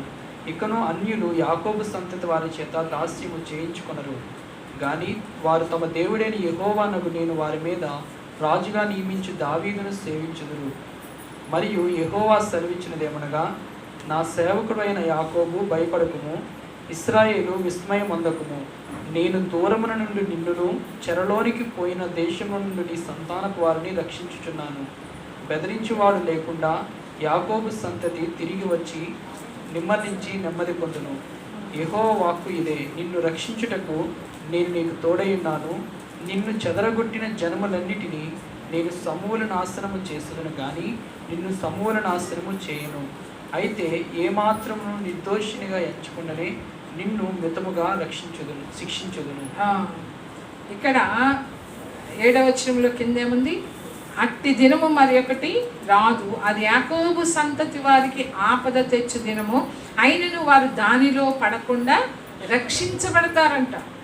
ఎప్పుడు ఇది కూడా? ఎప్పుడు అంటే 1000 సంవత్సరాల పాలనలోనే ఇదంతా కూడా. అప్పుడు సమాధానం 7 సంవత్సరాల పరిపాలనలో సమాధానం లేకుండా భయంతో భీతితో ఉంటారు యూదా జనులు కానీ ఇశ్రాయేలు జనులు కానీ. ఎందుకంటే అలాంటి దినం మరి ఒకటి ఉండదంట, అలాంటి దినం మరి ఒకటి రాదు. అంత భయంకరమైన దినం. కానీ దేవుడు ఏమంటున్నాడంటే, అయినను నేను వాళ్ళని దానిలో పడకుండా రక్షిస్తానంటున్నాడు. హల్లెలూయా. ఇప్పుడు బబులోనికి వెళ్ళేటప్పుడు కానీ లేకుంటే అష్షూర్కి వెళ్ళేటప్పుడు కానీ రక్షించలేదు దేవుడు వాళ్ళని రక్షించాల. వాళ్ళకి అప్పగించేశాడు. అష్షూర్ రాజుకి అప్పగించాడు, బబులోన్ రాజుకి అప్పగించేశాడు, ఇశ్రాయేల్ ప్రజల్ని యూదా ప్రజలు అందరినీ కూడా అప్పగించేశాడు. అప్పగించిన తర్వాత ఇప్పుడు మళ్ళీ అందరూ తిరిగి వస్తున్నారు. అది రేపు మళ్ళీ ఇంకొక దినం వస్తుందంట. ఏంటి? శ్రమల కాలం, మహాశ్రమల కాలం. ఆ దినము వచ్చినప్పుడంట, అయినను వారు దానిలో పడకుండా నేను వాళ్ళని రక్షిస్తాను అంటున్నాడు. హల్లెలూయా. మీ ఇంకొక వచనం ఇప్పుడు చూపిస్తాను. క్రొత్త నిబంధన ఎవరితో చేశాడు? 31 అధ్యాయం, ఇర్మియా గ్రంథం 31 వచనం కూడా 31. ఇదిగో, నేను ఇశ్రాయేలు వారితోనూ యూదా వారితోనూ క్రొత్త నిబంధన చేయు దినములు వచ్చుచున్నవి. ఇదే యెహోవా వాక్కు. ఏంటంట? ఎవరితో? క్రొత్త నిబంధన ఎవరితో చేస్తున్నాడు? చేసే కాలం వచ్చింది. క్రొత్త నిబంధన చేయు దినాలు వస్తున్నాయి. ఇర్మియాతో అంటున్నాడు దేవుడు. ఏమని? వాళ్ళని అష్షూర్ రాజుకి అప్పగించేశాను, వీళ్ళని ఈ బబులోన్ రాజుకి అప్పగించేశాను. వాళ్ళు చెర్రైపోయారు. కానీ వాళ్ళందరినీ కూడా నేను తిరిగి సమకూరుస్తాను. ఉత్తర దేశంలో నుండి ఇతర దేశంలో, అన్ని దేశాల్లో ఎక్కడైతే చెదిరిపోయారో వాళ్ళందరినీ కూడా తిరిగి నేను రప్పిస్తాను. అప్పుడు యూదా వారు రక్షించబడతారు, ఇశ్రాయేలు ప్రజలు నిర్భయముగా ఉంటారంట. హల్లెలూయా.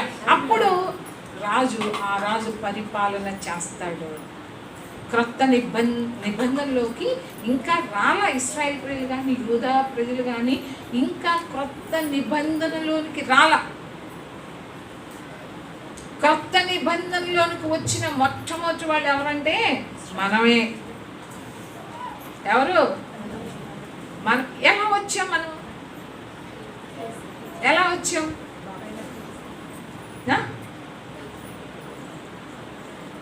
ఇశ్రాయేల్ ప్రజలంట మొట్టమొదటి. అందుకనే ప్రభు ఏమన్నారు? నేను నశించిపోయే ఇశ్రాయేల్ ప్రజల వద్దకే నేను వచ్చాను, కానీ నేను మీ వద్దకు రాలేదంటాడు కదా. ఇశ్రాయేల్ ప్రజల దగ్గరికే వచ్చాడు. కానీ ఈ మొట్టమొదట ఎందుకంటే ఇశ్రాయేల్ ప్రజలు తృణీకరించేశారు.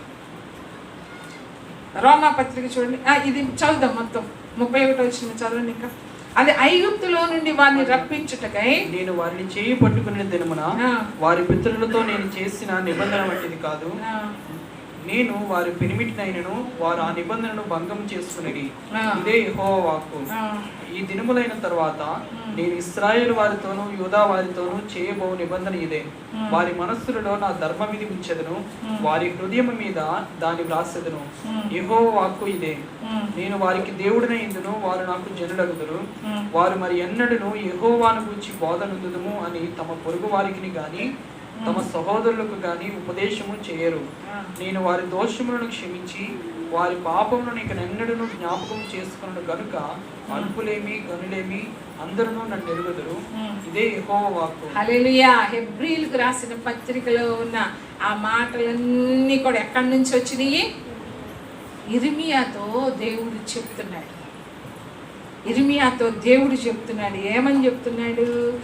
నేను ఐగుప్తులో నుండి వారిని రప్పించుటకై నేను వారిని చెయ్యి పట్టుకుని దినమున వారి పితరులతో చేసిన నిబంధన వంటిది కాదు. ఈ నిబంధన వారితో చేశాడు దేవుడు, ఇశ్రాయేలు ప్రజలతో చేశాడు. ఐగుప్తులో నుంచి బయటికి రాగానే నిబంధన చేశాడు, కానీ అలాంటి నిబంధన కాదు ఇప్పుడు నేను చెయ్యబోయే నిబంధన. ఇది క్రొత్త నిబంధన. యూదా ఇంటి వారితోనూ ఇశ్రాయేలు ఇంటి వారితోటూ నేను చేయబోయే నిబంధన. ఎప్పుడంట? ఈ దినములైన తర్వాత. ఈ దినములైన తర్వాత ఏ దినాలు అంటే చెదరగొట్టబడ్డారు. అన్ని దేశాలకి కూడా చెదరగొట్టబడిన ఆ జనమందరిని తీసుకొచ్చిన తరువాత అప్పుడు క్రొత్త నిబంధనలోనికి వాళ్ళు వస్తారు. ఎలా వస్తారు అంటే అప్పుడు యేసు ప్రభు అప్పుడు ఈ భూలోకం మీదకి వస్తాడు. కాబట్టి ఇక్కడ కూడా ఏమని ఉంది? ఎవ్వరూ కూడా పొరుగు వారికి కానీ తమ సహోదరులకు కానీ ఉపదేశము చెయ్యరు. ఎవ్వరు కూడా ప్రభు మీరు నమ్ముకోండి అని ఎవ్వరు కూడా చెప్పరంట. పొరుగు వారికి కానీ ఇంట్లో వాళ్ళకి కానీ ఎవ్వరికి చెప్పరు. ఎందుకంటే ప్రతి ఒక్కళ్ళు కూడా రక్షణ పొందుకున్నారు. అన్యజనులు కూడా 7 సంవత్సరాల శ్రమల కాలం తర్వాత 1000 సంవత్సరాల పాలన, 7 సంవత్సరాల తర్వాత 1000 సంవత్సరాల పాలన వస్తుంది. అప్పుడు అంటే 7 సంవత్సరాల తర్వాత యేసు ప్రభు వస్తాడు కదా ఈ లోకం. అంటే యెరూషలేము ఆ ఒలివ కొండ మీద పాదాలు మోపుతాడు కదా. ఇక అప్పుడు అందరూ చూస్తారు. అప్పుడు వాళ్ళ మొహాల మీద ముసుగు, ఆ గురుడ్డితనం తొలగిపోయి అప్పుడు చిన్నలు మొదలుకొని పెద్దల వరకు అన్ని జనులే కావచ్చు అందరూ కూడా ఏం చేస్తారు? రక్షణ. అప్పుడు ఎవరు ఒకరికొకరు ఉపదేశం చేయరంట. ఈ రోజు మనం అందరికీ ఎవరన్నా తెలియదు, అయ్యా నీకు ప్రభు గురించి తెలియదు, ఆయన నిజమైన దేవుడు అని సువార్త ప్రకటిస్తున్నాం. కానీ ఆ రోజున ఎప్పుడు ఒకరికొకరు ఉపదేశం చేయాల్సిన అవసరము లేనే లేదంట. సహోదరులకు కానీ పొరుగు వారికి కానీ యెహోవాని గురించి బోధనందుము అని ఎవ్వరు కూడా ఉపదేశము చెయ్యరంట. హల్లెలూయా. గనులేమి అల్పులేమి అందరూ నన్ను ఎరుగుదురు, అందరూ ఎరుగుంటారంట. అన్యజనులందరూ కూడా రక్షణ పొందుకుంటారు. ఇది క్రొత్త నిబంధన. అయితే క్రొత్త నిబంధనలోకి మొట్టమొదట మనం వచ్చాం. ఎలా వచ్చాం? ఇశ్రాయేలు ప్రజలందరూ కూడా తృణీకరించారు యేసు ప్రభువుని. అసలు ఇశ్రాయేలు ప్రజలకి ఎన్నో వాగ్దానాలు ఉన్నాయి. యేసు ప్రభు గురించి ఎన్నో వాక్యాలు ఉన్నాయి. ప్రతి గ్రంథంలో యేసు ప్రభు దాగి ఉన్నాడు. ప్రతి గ్రంథంలో కూడా ఉన్నాడు యేసు ప్రభు. వాళ్ళకి అన్నీ తెలిసి కూడా ఏం చేశారు? వాళ్ళు ప్రభు దగ్గరికి రాలేదు. అందుకని రోమా పత్రికలో చూడండి, రోమా పత్రికలో ఎలా మనము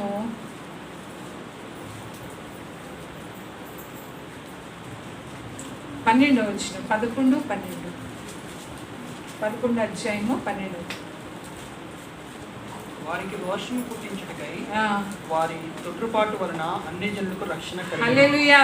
దేని వలన అన్ని జనులకి రక్షణ కలిగింది? వాళ్ళ యొక్క తొట్రుపాటు వలన. హల్లెలూయా. వాళ్ళ యొక్క ఇక్కడ చూడండి, వారికి రోషము పుట్టించుటకై వారి తొట్టుపాటు వలన అన్య జనులకు రక్షణ కలిగెను. వారి తొట్టుపాటు లోకమునకు ఐశ్వర్యమును, వారి క్షీణ దశ అన్య జనులకు ఐశ్వర్యమును అయిన ఎడల వారి పరిపూర్ణత ఎంత ఎక్కువగా ఐశ్వర్యకరమగును. అన్య జనులకు మీతో నేను మాట్లాడుచున్నాను. చూడండి 16వ వచనం, ముద్దలో 15వ వచనం. వారిని విసర్జించుట. ఎవరిని విసర్జించుట? మీకు మీరు జాగ్రత్తగా వింటే అర్థమవుతుంది, లేకుంటే అర్థం కాదు. ఎవరిని విసర్జించుట? ఇశ్రాయేలు ప్రజలను విసర్జించుట, లోకమును దేవునితో సమాధానపరచుట అయిన ఎడల వారిని చేర్చుకొనుట అంటే ఇశ్రాయేలు ప్రజలు చేర్చుకొనుట ఏమగును? మృతులు సజీవులైనట్టే అగును కదా. మృతులు సజీవులైనట్టే అగును కదా. ముద్దలో మొదటి పిడికెడు పరిశుద్ధమైనదైతే ముద్దంతయు పరిశుద్ధమే, వేరు పరిశుద్ధమైనదైతే కొమ్మలను పరిశుద్ధములే. అయితే కొమ్మలలో కొన్ని విరిచివేయబడి అడవి ఒలీవ కొమ్మపై ఉన్న నీవు వాటి మధ్యన అంటుకట్టబడి ఒలీవ చెట్టు యొక్క సారవంతమైన వేరులో వాటితో కలిసి పాలు పొందిన ఎడల ఆ కొమ్మల పైన నీవు అతిశయింపకు. హల్లెలూయా. ఇప్పుడు వారిని విసర్జించేది. వాళ్ళు ఎందుకు విసర్జించారంటే, అంటే ఒక చెట్టు ఉంది కదా, చెట్టుని ఇశ్రాయేలు ప్రజలతో పోలుస్తారు. ఒక చెట్టు ఉంది, అయితే వారి యొక్క అవిశ్వాసం వలన దేని వలన విసర్జించాడు వాళ్ళని చెప్పాలా?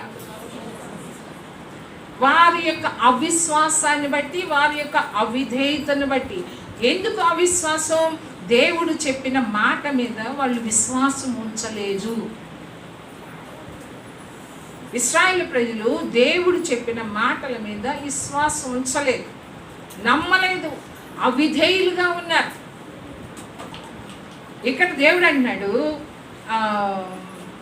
అయితే కొమ్మలలో కొన్ని విరిచివేయబడి, అంటే ఒక చెట్టు ఉంది, దానికి వేర్లు ఉంటాయి, కాండం ఉంటుంది, కొమ్మలు ఉంటాయి. దేవుడు అంటే ఆ వేరు ఎవరంటే అబ్రహాం. ఎవరు వేరు? అబ్రహాం. అబ్రహాములో నుంచే ఈ కొమ్మలు కానీ కాండం కానీ ఇవన్నీ కూడా అబ్రహాములో నుంచి వచ్చినాయి. అయితే దేవుడు వారి యొక్క అవిధేయతను బట్టి, వారి యొక్క అవిశ్వాసాన్ని బట్టి కొన్ని కొమ్మలంట విరిచేసేసాడంట. ఏమైంది? ఒక చెట్టు ఉంది, ఇప్పుడు వేరులో ఉన్న సారం ఏంటిదో, ఆ వేరులో ఉన్న దాని స్వభావం ఏంటిదో ఎక్కడికి వస్తుంది? చెట్టులోకి వస్తుంది, కొమ్మల్లోకి వస్తుంది, అన్నిటిలోకి వస్తుంది. కొన్ని కొమ్మలు ఏమైనాయి? వారి అవిశ్వాసాన్ని బట్టి, అవిధేయతను బట్టి అవి తొలగిపోయినాయి, అంటే విరిచివేయబడి. అయితే అన్య జనులకి రక్షణ ఎప్పుడు కలిగిందంటే ఆ విరిచివేయబడిన కొమ్మలలో అడవి ఒలీవ కొమ్మలైన మనల్ని తీసుకెళ్ళి అక్కడ అంటుకట్టాడు. హల్లెలూయా. ఎక్కడ అంటుకట్టాడు? మనం అందరం ఎవరమే? వాళ్ళ తొట్టుపాటు, వాళ్ళని విసర్జించినప్పుడు మనకి రక్షణ కలిగింది. మొట్టమొదట క్రొత్త నిబంధనలోకి అసలు క్రొత్త నిబంధన చేసింది ఎవరంటే, ఎవరితో అంటే యూదా వారితోనూ, ఇంటి వారితో, ఇశ్రాయేలు ఇంటి వారితో చేశాడు. వాళ్ళు ఇంకా క్రొత్త నిబంధనలోనికి రాల. కొంతమంది ఎక్కడో కొద్దిమంది వచ్చి ఉండొచ్చు, ప్రభువు నమ్మి ఉండొచ్చు, అందరూ రాలేదు. అందుకనే ఇక్కడ ఏమని ఉంది? వారి తొట్టుపాటు వల్ల అన్య జనులకు రక్షణ కలిగింది. అన్య జనులైన మనకి రక్షణ కలిగింది. ఇది క్రొత్త నిబంధన. క్రొత్త నిబంధన ఎక్కడ మొదలైంది అంటే ఇర్మియాతో దేవుడు చెప్పాడు, కానీ యేసు ప్రభు యొక్క మరణ పునరుద్ధానాల మీద మనం విశ్వాసం ఉంచినప్పుడు, కుమారుని మీద విశ్వాసం ఉంచినప్పుడు మనం నశింపకుండా నిత్య జీవాన్ని దీని మీద నమ్మకం ఉంచాలి, దీని యందు విశ్వాసం ఉంచాలి. దీని మీద విశ్వాసం ఉంచితేనే నువ్వు రక్షణ పొందుకుంటావు. ఆయన రక్తం మీద విశ్వాసం ఉంచాలి. వాళ్ళు పాత నిబంధనలో ఆ రక్తానికి లేదు, ఆ అర్పణలకి అంటే బలులు, గొర్రెలు, ఎద్దులు, పావురాలు కానీ మేకలు కానీ వాటి యొక్క రక్తం మనల్ని పరలోకానికి తీసుకెళ్ళలేవు. ఆ శక్తి లేదు ఆ రక్తానికి. కానీ యేసు ప్రభు యొక్క రక్తము మనల్ని పరలోకానికి తీసుకెళ్తుంది. ఆ రక్తానికి శక్తి ఉంది. దేవుని దగ్గరికి చేర్చే శక్తి ఎవరికి ఉంది? యేసు ప్రభు రక్తానికి మాత్రమే ఉంది. హల్లెలూయా. అందుకనే ఇప్పుడు ప్రత్యక్ష గుడారంలో అంటే దేవుని దగ్గరికి వెళ్ళకుండా మధ్యలో అడ్డు తెర ఉంటుంది కదా, అడ్డు తెర ఉంటుంది. యేసు ప్రభు మరణించగానే ఏమైంది? ఎందుకు? డైరెక్ట్గా ఇక మధ్యలో ఈ మధ్యవర్తులు అంటారు, మధ్యలో ఏంది ఏమంటారు, మన ఒకళ్ళ దగ్గరికి వెళ్ళాలంటే దళారులు అవసరం లేదు. ఇప్పుడు ఏంటి, మనం ఇశ్రాయేలు ప్రజలు అసలు ఆ పరిశుద్ధ స్థలంలోనికి వెళ్ళటానికే వాళ్ళకి అవకాశం లేదు. ఎందుకంటే ఆ బలులు దేవునికి, ఆ బలులు ఇశ్రాయేలు ప్రజల్ని దేవునికి దగ్గర చేయలేకపోయింది, దేవుని దగ్గరికి తీసుకెళ్ళలేకపోయింది. ఎందుకంటే మనకి ఆ శక్తి లేదు, ఆ రక్తానికి ఆ శక్తి లేదు. బయటే ఇశ్రాయేలు ప్రజలందరూ బయట ఉండి ప్రార్థన చేస్తూ ఉంటారు, ఆవరణలో ఉండి ప్రార్థన చేస్తూ ఉంటారు. పరిశుద్ధ స్థలంలోనికి కానీ అతి పరిశుద్ధ స్థలంలోనికి కానీ వెళ్ళటానికి వీల్లేదు. కానీ ఇప్పుడు ఏది ఆ బలుల వలన ఇక్కడ ప్రధాన యాజకుడు వెళ్ళాలన్నా కూడా ఏం చేయాలా? ఆయన కూడా ఒక గొర్రెనో మేకనో ఎద్దునో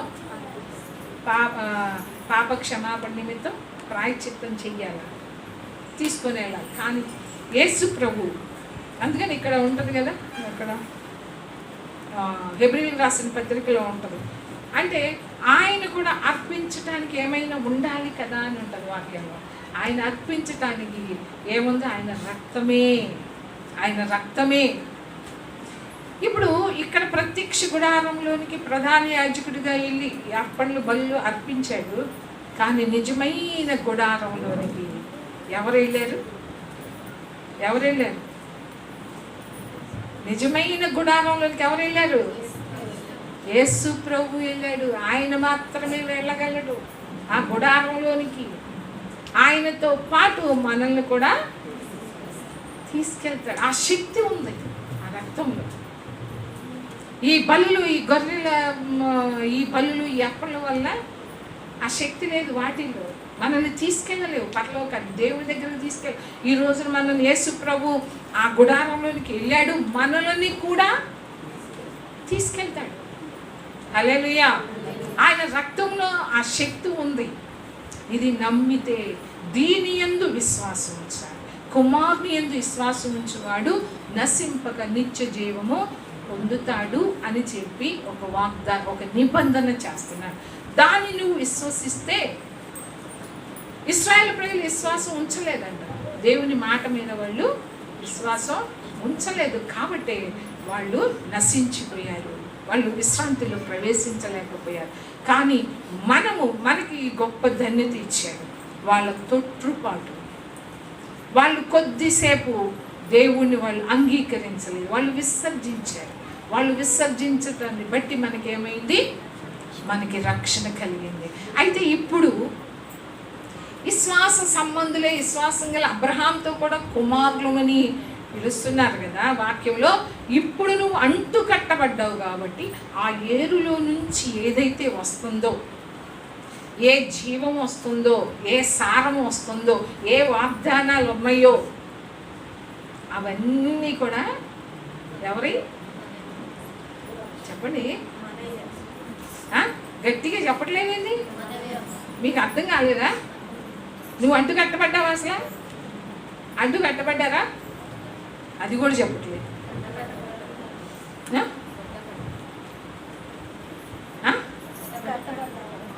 అందరు చెప్పండి, మేము కట్టబడ్డాం అన్న వాళ్ళందరూ చేతికి ఎత్తండి. ఇప్పుడు అబ్రహాంలో నుంచి ఏమొస్తుంది? అక్కడి నుంచి ఒక స్వభావం ఏదైనా కానీ, ఒక సారం, ఒక జీవం, ఒక వాగ్దానం కావచ్చు, ఏదైనా కావచ్చు. మరి ఇక్కడ దేవుడు ఏమన్నాడు? అయితే కొమ్మలలో కొన్ని విరిచివేయబడి అడవి ఒలీవ కొమ్మవై ఉన్న నీవు, మనం అందరం ఎవరంట? అడవి ఒలీవ కొమ్మవై ఉన్న నీవు వాటి మధ్యన అంటుకట్టబడి ఒలీవ చెట్టు యొక్క సారవంతమైన వేరులో వాటితో కలిసి పాలు పొందిన ఎడల. ఏంటంట? ఒలీవ చెట్టు యొక్క సారవంతమైన వేరులో వాటితో కలిసి నువ్వు పాలు పొందిన ఎడల ఆ కొమ్మల పైన నీవు అతిశయించవద్దు. ఈరోజున అతిశయం అమ్మో వాళ్ళేంటి యేసుప్రభుని సృజించారు, వాళ్ళు ఏంటని మనం తృణీకరించకూడదు, వాళ్ళ మీద మనం అతిశయించకూడదు. అదే చెప్తున్నాడు, అతిశయింపకు. నీవు అతిశయించితివా? వేరు నిన్ను భరించుచున్నది కానీ నీవు వేరును భరించుటలేదు. అందుకు నేను అంటు కట్టబడు నిమిత్తము కొమ్మలు విరిచివేయబడినవని నువ్వు చెప్పుదు. ఇప్పుడు మనం అందరం ఏమనుకుంటాం? చెప్పుకుంటాం కదా, ఆ చెట్లో నుంచి కొన్ని కొమ్మలు విరిచివేయబడినాయి కాబట్టి నేను దానిలో అంటు కట్టబడ్డాను అని మనము చెప్పుకుంటా ఉంటాము. నీవు చెప్పుదు, మంచిది. వారు అవిశ్వాసమును బట్టి విరిచివేయబడింది. దేన్ని బట్టి విరిచివేయబడ్డారు? దేనిని బట్టి? జాగ్రత్తగా. వారు అవిశ్వాసమును బట్టి వాళ్ళు విరిచివేయబడి, నీవైతే విశ్వాసమును బట్టి నిలచి ఉన్నావు, గర్వింపక భయపడు. హల్లెలూయా.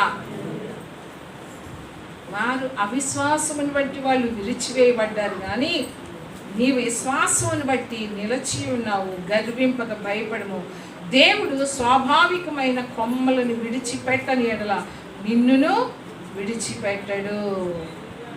23వ వచనంలో చూడండి, 22వ వచనంలో, కాబట్టి దేవుని అనుగ్రహమును కాఠిన్యమును అనగా, అంటే రెండు ఉన్నాయి. దేవుని యొక్క అనుగ్రహము ఉంది, దేవుని యొక్క కాఠిన్యము కూడా ఉంది. అనగా పడిపోయిన వారి మీద కాఠిన్యమును, రెండు ఉన్నాయి. అనుగ్రహము కాఠిన్యము రెండు ఉన్నాయి. ఎవరి మీద కాఠిన్యం చూపిస్తాడు, ఎవరి మీద అనుగ్రహం చూపిస్తాడంటే పడిపోయిన వారి మీద కాఠిన్యమును. నీవు అనుగ్రహ ప్రాప్తుడివై నిలచి ఉన్న ఎడల, నీవు ఆ కొమ్మలో నీవు నిలచి ఉన్న ఎడల నీ మీద ఉన్న దేవుని అనుగ్రహమును చూడము. అట్లు నిలవని ఎడల నీవును నరికివేయబడుదువు. నీవును నరికివేయబడతావు. వారు అవిశ్వాసం వల్ల వాళ్ళు విరిచివేయబడ్డారు, నరికివేయబడ్డారు. దేవుని వాళ్ళ మీద పడిపోయిన వారి మీద దేవుని యొక్క కాఠిన్యము, కానీ దేవుని అనుగ్రహము ఎవరి మీద ఉందంట? నీవు అనుగ్రహ ప్రాప్తుడివై నిలిచి ఉంటే నీవు అనుగ్రహాన్ని పొందుకుంటావు. అట్లు నిలవని ఎడల నీవును నరికివేయబడి.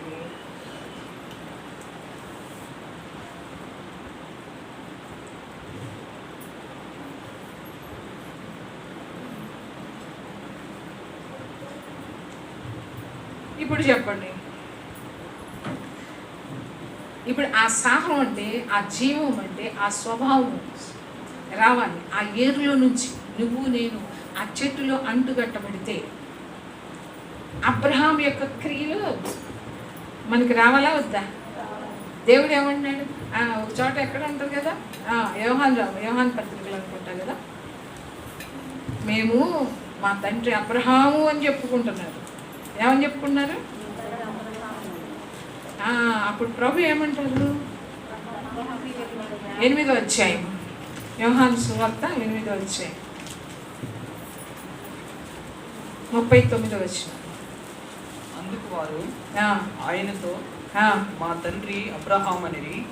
యేసు, మీరు అబ్రహాము పిల్లలైతే అబ్రహాము చేసిన క్రియలు చేతులు దేవుని వలన వినే సత్యము మీతో చెప్పిన వాడనైనా నన్ను మీరు ఇప్పుడు చంపవెత్తుచున్నారే, అబ్రహాము అట్లు చేయలేదు, మీరు మీ తండ్రి క్రియలే చేయుచున్నారని వారితో చెప్పాను. అందుకు వారు, మేము వ్యభిచారం వలన పుట్టిన వారు కాము, దేవుడు ఒక్కడే మాకు తండ్రి అని చెప్పగా, యేసు వారితో ఇట్లనెను, దేవుడు మీ తండ్రి అయినలా మీరు నన్ను ప్రేమించరు. నేను దేవుని యొద్ద నుండి బయలుదేరి వచ్చి ఉన్నాను, నా అంతట నేనే వచ్చి ఉండలేదు, ఆయన నన్ను పంపెను. చూడండి ఇక్కడ ఏంటి వాళ్ళు ఏమంటున్నారు, పరిసయ్యులు కానీ శాస్త్రులు కానీ వీళ్ళందరూ ఏమంటున్నారు, అబ్రహాము మా తండ్రి అని వాళ్ళు ప్రభుతో చెప్తున్నారు. అబ్రహాము తండ్రి, అది నిజమే. కానీ ఏమంటున్నాడు, అబ్రహాము పిల్లలైతే అబ్రహాము చేసిన క్రియలు మీరు చేస్తారు. అబ్రహాము మీకు తండ్రి అని చెప్పుకుంటున్నారు కదా, అబ్రహాము యొక్క క్రియలు మీలో లేవు. కాబట్టి మీరెవరంట, దేవుడు ఏమంటున్నాడు అక్కడ చూడండి 44వ వచనంలో, మీరు మీ తండ్రి అపవాది సంబంధులు, మీ తండ్రి దురాశను నెరవేర్చగోరుచున్నారు. ఆది నుండి వాడు నరహంతకుడైండి సత్యమందు నిలిచిన వాడు కాడు, వాని యందు సత్యమే లేదు. వాడు అబద్ధం ఆడినప్పుడు తన స్వభావం అనుసరించే మాట్లాడును. వాడు అబద్ధికుడును అబద్ధమునకు జనకుడునై ఉన్నాడు. ఏంటంట, మీరు మీ తండ్రి సంబంధులు, అబ్రహాము సంబంధులు కాదు. మీ తండ్రి అంటే అక్కడ ఏమనుంది, అపవాది సంబంధులు. మీ తండ్రి అపవాది సంబంధులు. ఎందుకు అపవాది సంబంధులు అంటున్నాడంటే ప్రభు, వారిలో దురాశలు ఉన్నాయంట. మీ తండ్రి దురాశలు, మీ తండ్రి అయిన అపవాదిలో ఉన్న ఆ దురాశలు. వాడు నరహంతకుడు, వాడు సత్యమందు నిలిచేవాడు కాదు. వాడు స్వభావాన్ని బట్టి వాడు మాట్లాడతాడు. వాడి స్వభావాన్ని బట్టి వాడు మాట్లాడుతున్నాడు. మీ తండ్రి నిజమే అపవాది, మీ తండ్రి అబ్రహాము కాదు. అబ్రహాము మీ తండ్రి అయితే అబ్రహాము క్రియలు మీలో కూడా కనిపిస్తాయి. మీలో లేవు. మీలో దురాశలు ఉన్నాయి, అబద్ధాలు ఉన్నాయి, అక్రమం ఉంది. వాడు నరహంతకుడు. ఇప్పుడు మరి వేరు అబ్రహాం అయితే, మనం దానిలో అంటుకట్టబడిన వాళ్ళమైతే ఏమి రావాలి మనలోకి? ఉన్నాయా? ఉన్నాయా? ఉన్నాయా? అబ్రహాం ఎంత ప్రేమించాడు దేవుణ్ణి. మనం ప్రేమిస్తున్నామా? దేవుడు అంటాడు, నీ కుమారుని అనొచ్చుగా. ఏమంటాడు, నీ ఒక్కగానొక్క కుమారుడు, నువ్వు ప్రేమించే నీ కుమారుడు నాకు ఈ రోజున ఇవ్వమనండి. ఎవరన్నా ఇస్తారా? ఆ మాట ఎందుకు దేవుని సన్నిధికే రాలేకపోతున్నారు? ఇంకా అసలు అబ్రహాము సంతానం ఎలా చెప్పుకుంటాం మనం? ఆ కొమ్మలు ఎందుకు విరిచేశాడు దేవుడు? వారి యొక్క అవిశ్వాసాన్ని బట్టి విరిచేశాడు. వాళ్ళ దేవుని యొక్క మాట నమ్మటం లేదు, దేవుని మాటల మీద విశ్వాసం ఉంచటం లేదు. కాబట్టి మరి ఈ రోజున దేవుని యందు, మన ప్రభువు మీద విశ్వాసం ఉంచుతున్నామా? ఆయన మరణ పునరుద్ధానాల మీద విశ్వాసం ఉంచుతున్నామా? నిన్ను నన్ను మనలందరినీ పరలోకంలోనికి చేర్చేది ఏంటి? యేసు ప్రభు యొక్క రక్తం, ఆయన మరణ పునరుద్ధానాలు మాత్రం. వాటి యందు విశ్వాసం, వాటిలో నిలిచి ఉండాలి మనమందరం. హల్లెలూయా. క్రొత్త నిబంధన అన్ని జనులతో చేయలా. క్రొత్త నిబంధన ఎవరితో చేశాడు? ఇప్పుడు అర్థమైందా ఎవరితో చేశాడు? అన్నీ ఎక్కడ ఉంటుంది? వాగ్దానాలు అన్నీ వాళ్ళయ్యని రోమీలకు రాసిన పత్రిక కదా, ఒకసారి చూడండి. అది ఎక్కడ ఉండాలి? అది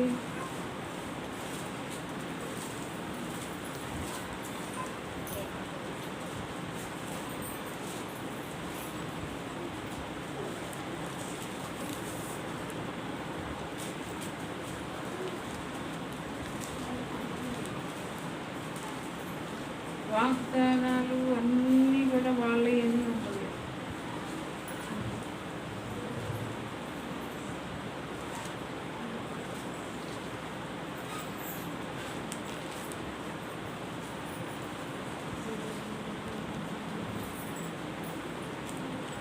ఒక్కసారి నాకు అందిస్తారు అంటే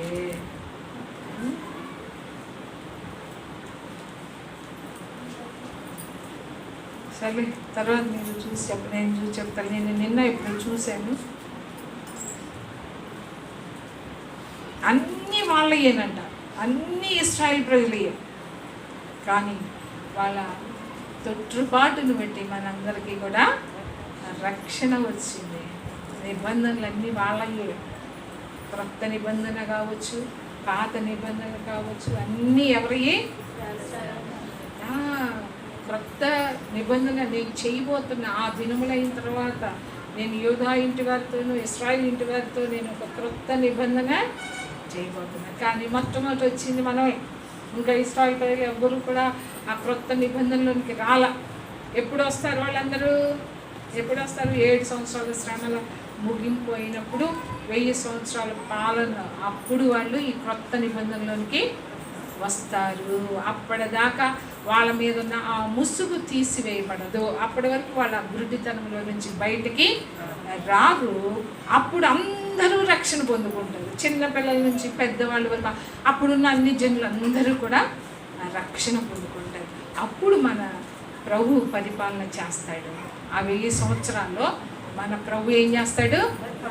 పరిపాలన చేస్తాడు. అప్పుడు నువ్వు నేను ఎక్కడుంటాను? ఎక్కడుంటాం? పరిపాలన చేస్తావా? అప్పుడు ఇస్తాడు. ఆయన ఒక రాజుగా ఉండి, ఇదిగో ఈ పట్టణాల మీద నువ్వుండు, ఇదిగో ఈ పట్టణాల మీద నువ్వుండు, ఇదిగో ఈ పట్టణాల మీద నువ్వుండు అని చెప్తాడు. ఎవరైతే నమ్మకంగా ఇప్పుడు దేవుడు పని చేస్తారో వాళ్ళకి దేవుడు ఏం చేస్తాడు? అప్పుడు 1000 సంవత్సరాల పాలనలో దేవుడు వాళ్ళకి అప్పగిస్తాడు. హల్లెలూయా. కాబట్టి పాత నిబంధన అంటే అది షరతులతో కూడుకున్నది. నువ్వు చేస్తే నేను ఇస్తాను, అంతేగా. అది తాత్కాలికమైంది. దాంట్లో లోపం ఉంది. మొదటి నిబంధనలో లోపం ఉంది కాబట్టి రెండవ నిబంధన చేయాల్సి వచ్చింది. క్రొత్త నిబంధన చేయాల్సి వచ్చింది. క్రొత్త నిబంధన ఇశ్రాయేల్ ఇంటి వారితో, యోధా ఇంటి వారితో దేవుడు చేశాడు. కానీ వాళ్ళ అవిశ్వాసాన్ని బట్టి కావచ్చు, వాళ్ళ దీని ఏదైనా కావచ్చు, ఆ చెట్లోంచి విరిచివేయబడ్డారు. ఆ విరిచివేయబడిన స్థానంలో మనల్ని దేవుడు అంటూ పెట్టాడు. వాళ్ళ తొట్టిళ్ళు పాటు అన్ని జనులకి రక్షణ కలిగింది వాళ్ళ తొట్టిపాటు వలన. హల్లెలూయా. అన్నీ కూడా వాళ్ళయే. సరే, రోమా చూడండి ఒకసారి. అదే నిన్న ఎక్కడో రోమిలకు రాసిన వీరు ఇశ్రాయేలీయులు దత్తపుత్రత్వమును, వినండి, వీరు ఇశ్రాయేలీయులు దత్తపుత్రత్వమును మహిమయు నిబంధనలను ధర్మశాస్త్ర ప్రధానమును అర్చనాచారాదులను వాగ్దానములను వీరివి. హల్లెలూయా. ఎవరంట?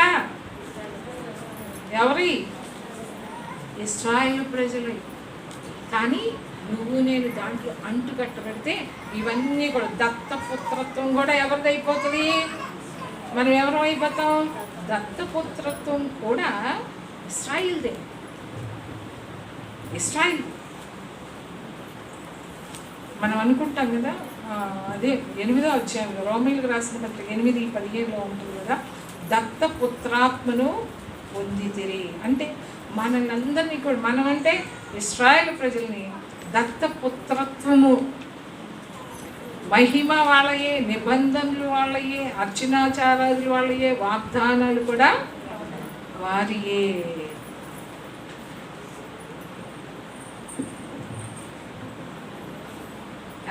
ఏడో వచనం చదవండి. 9వ అధ్యాయం 7వ వచనం. అబ్రహాము సంతానమైనంత మాత్రము చేత అందరూ పిల్లలు కారు గాని ఇస్సాకు వలనైనది నీ సంతానం అనబడును. అనగా శరీర సంబంధులైన పిల్లలు దేవుని పిల్లలు కారు గాని వాగ్దాన సంబంధులైన పిల్లలు సంతానమని ఎంచబడుదురు. మనం అందరం ఎవరు అంట? అబ్రహాము సంతానం.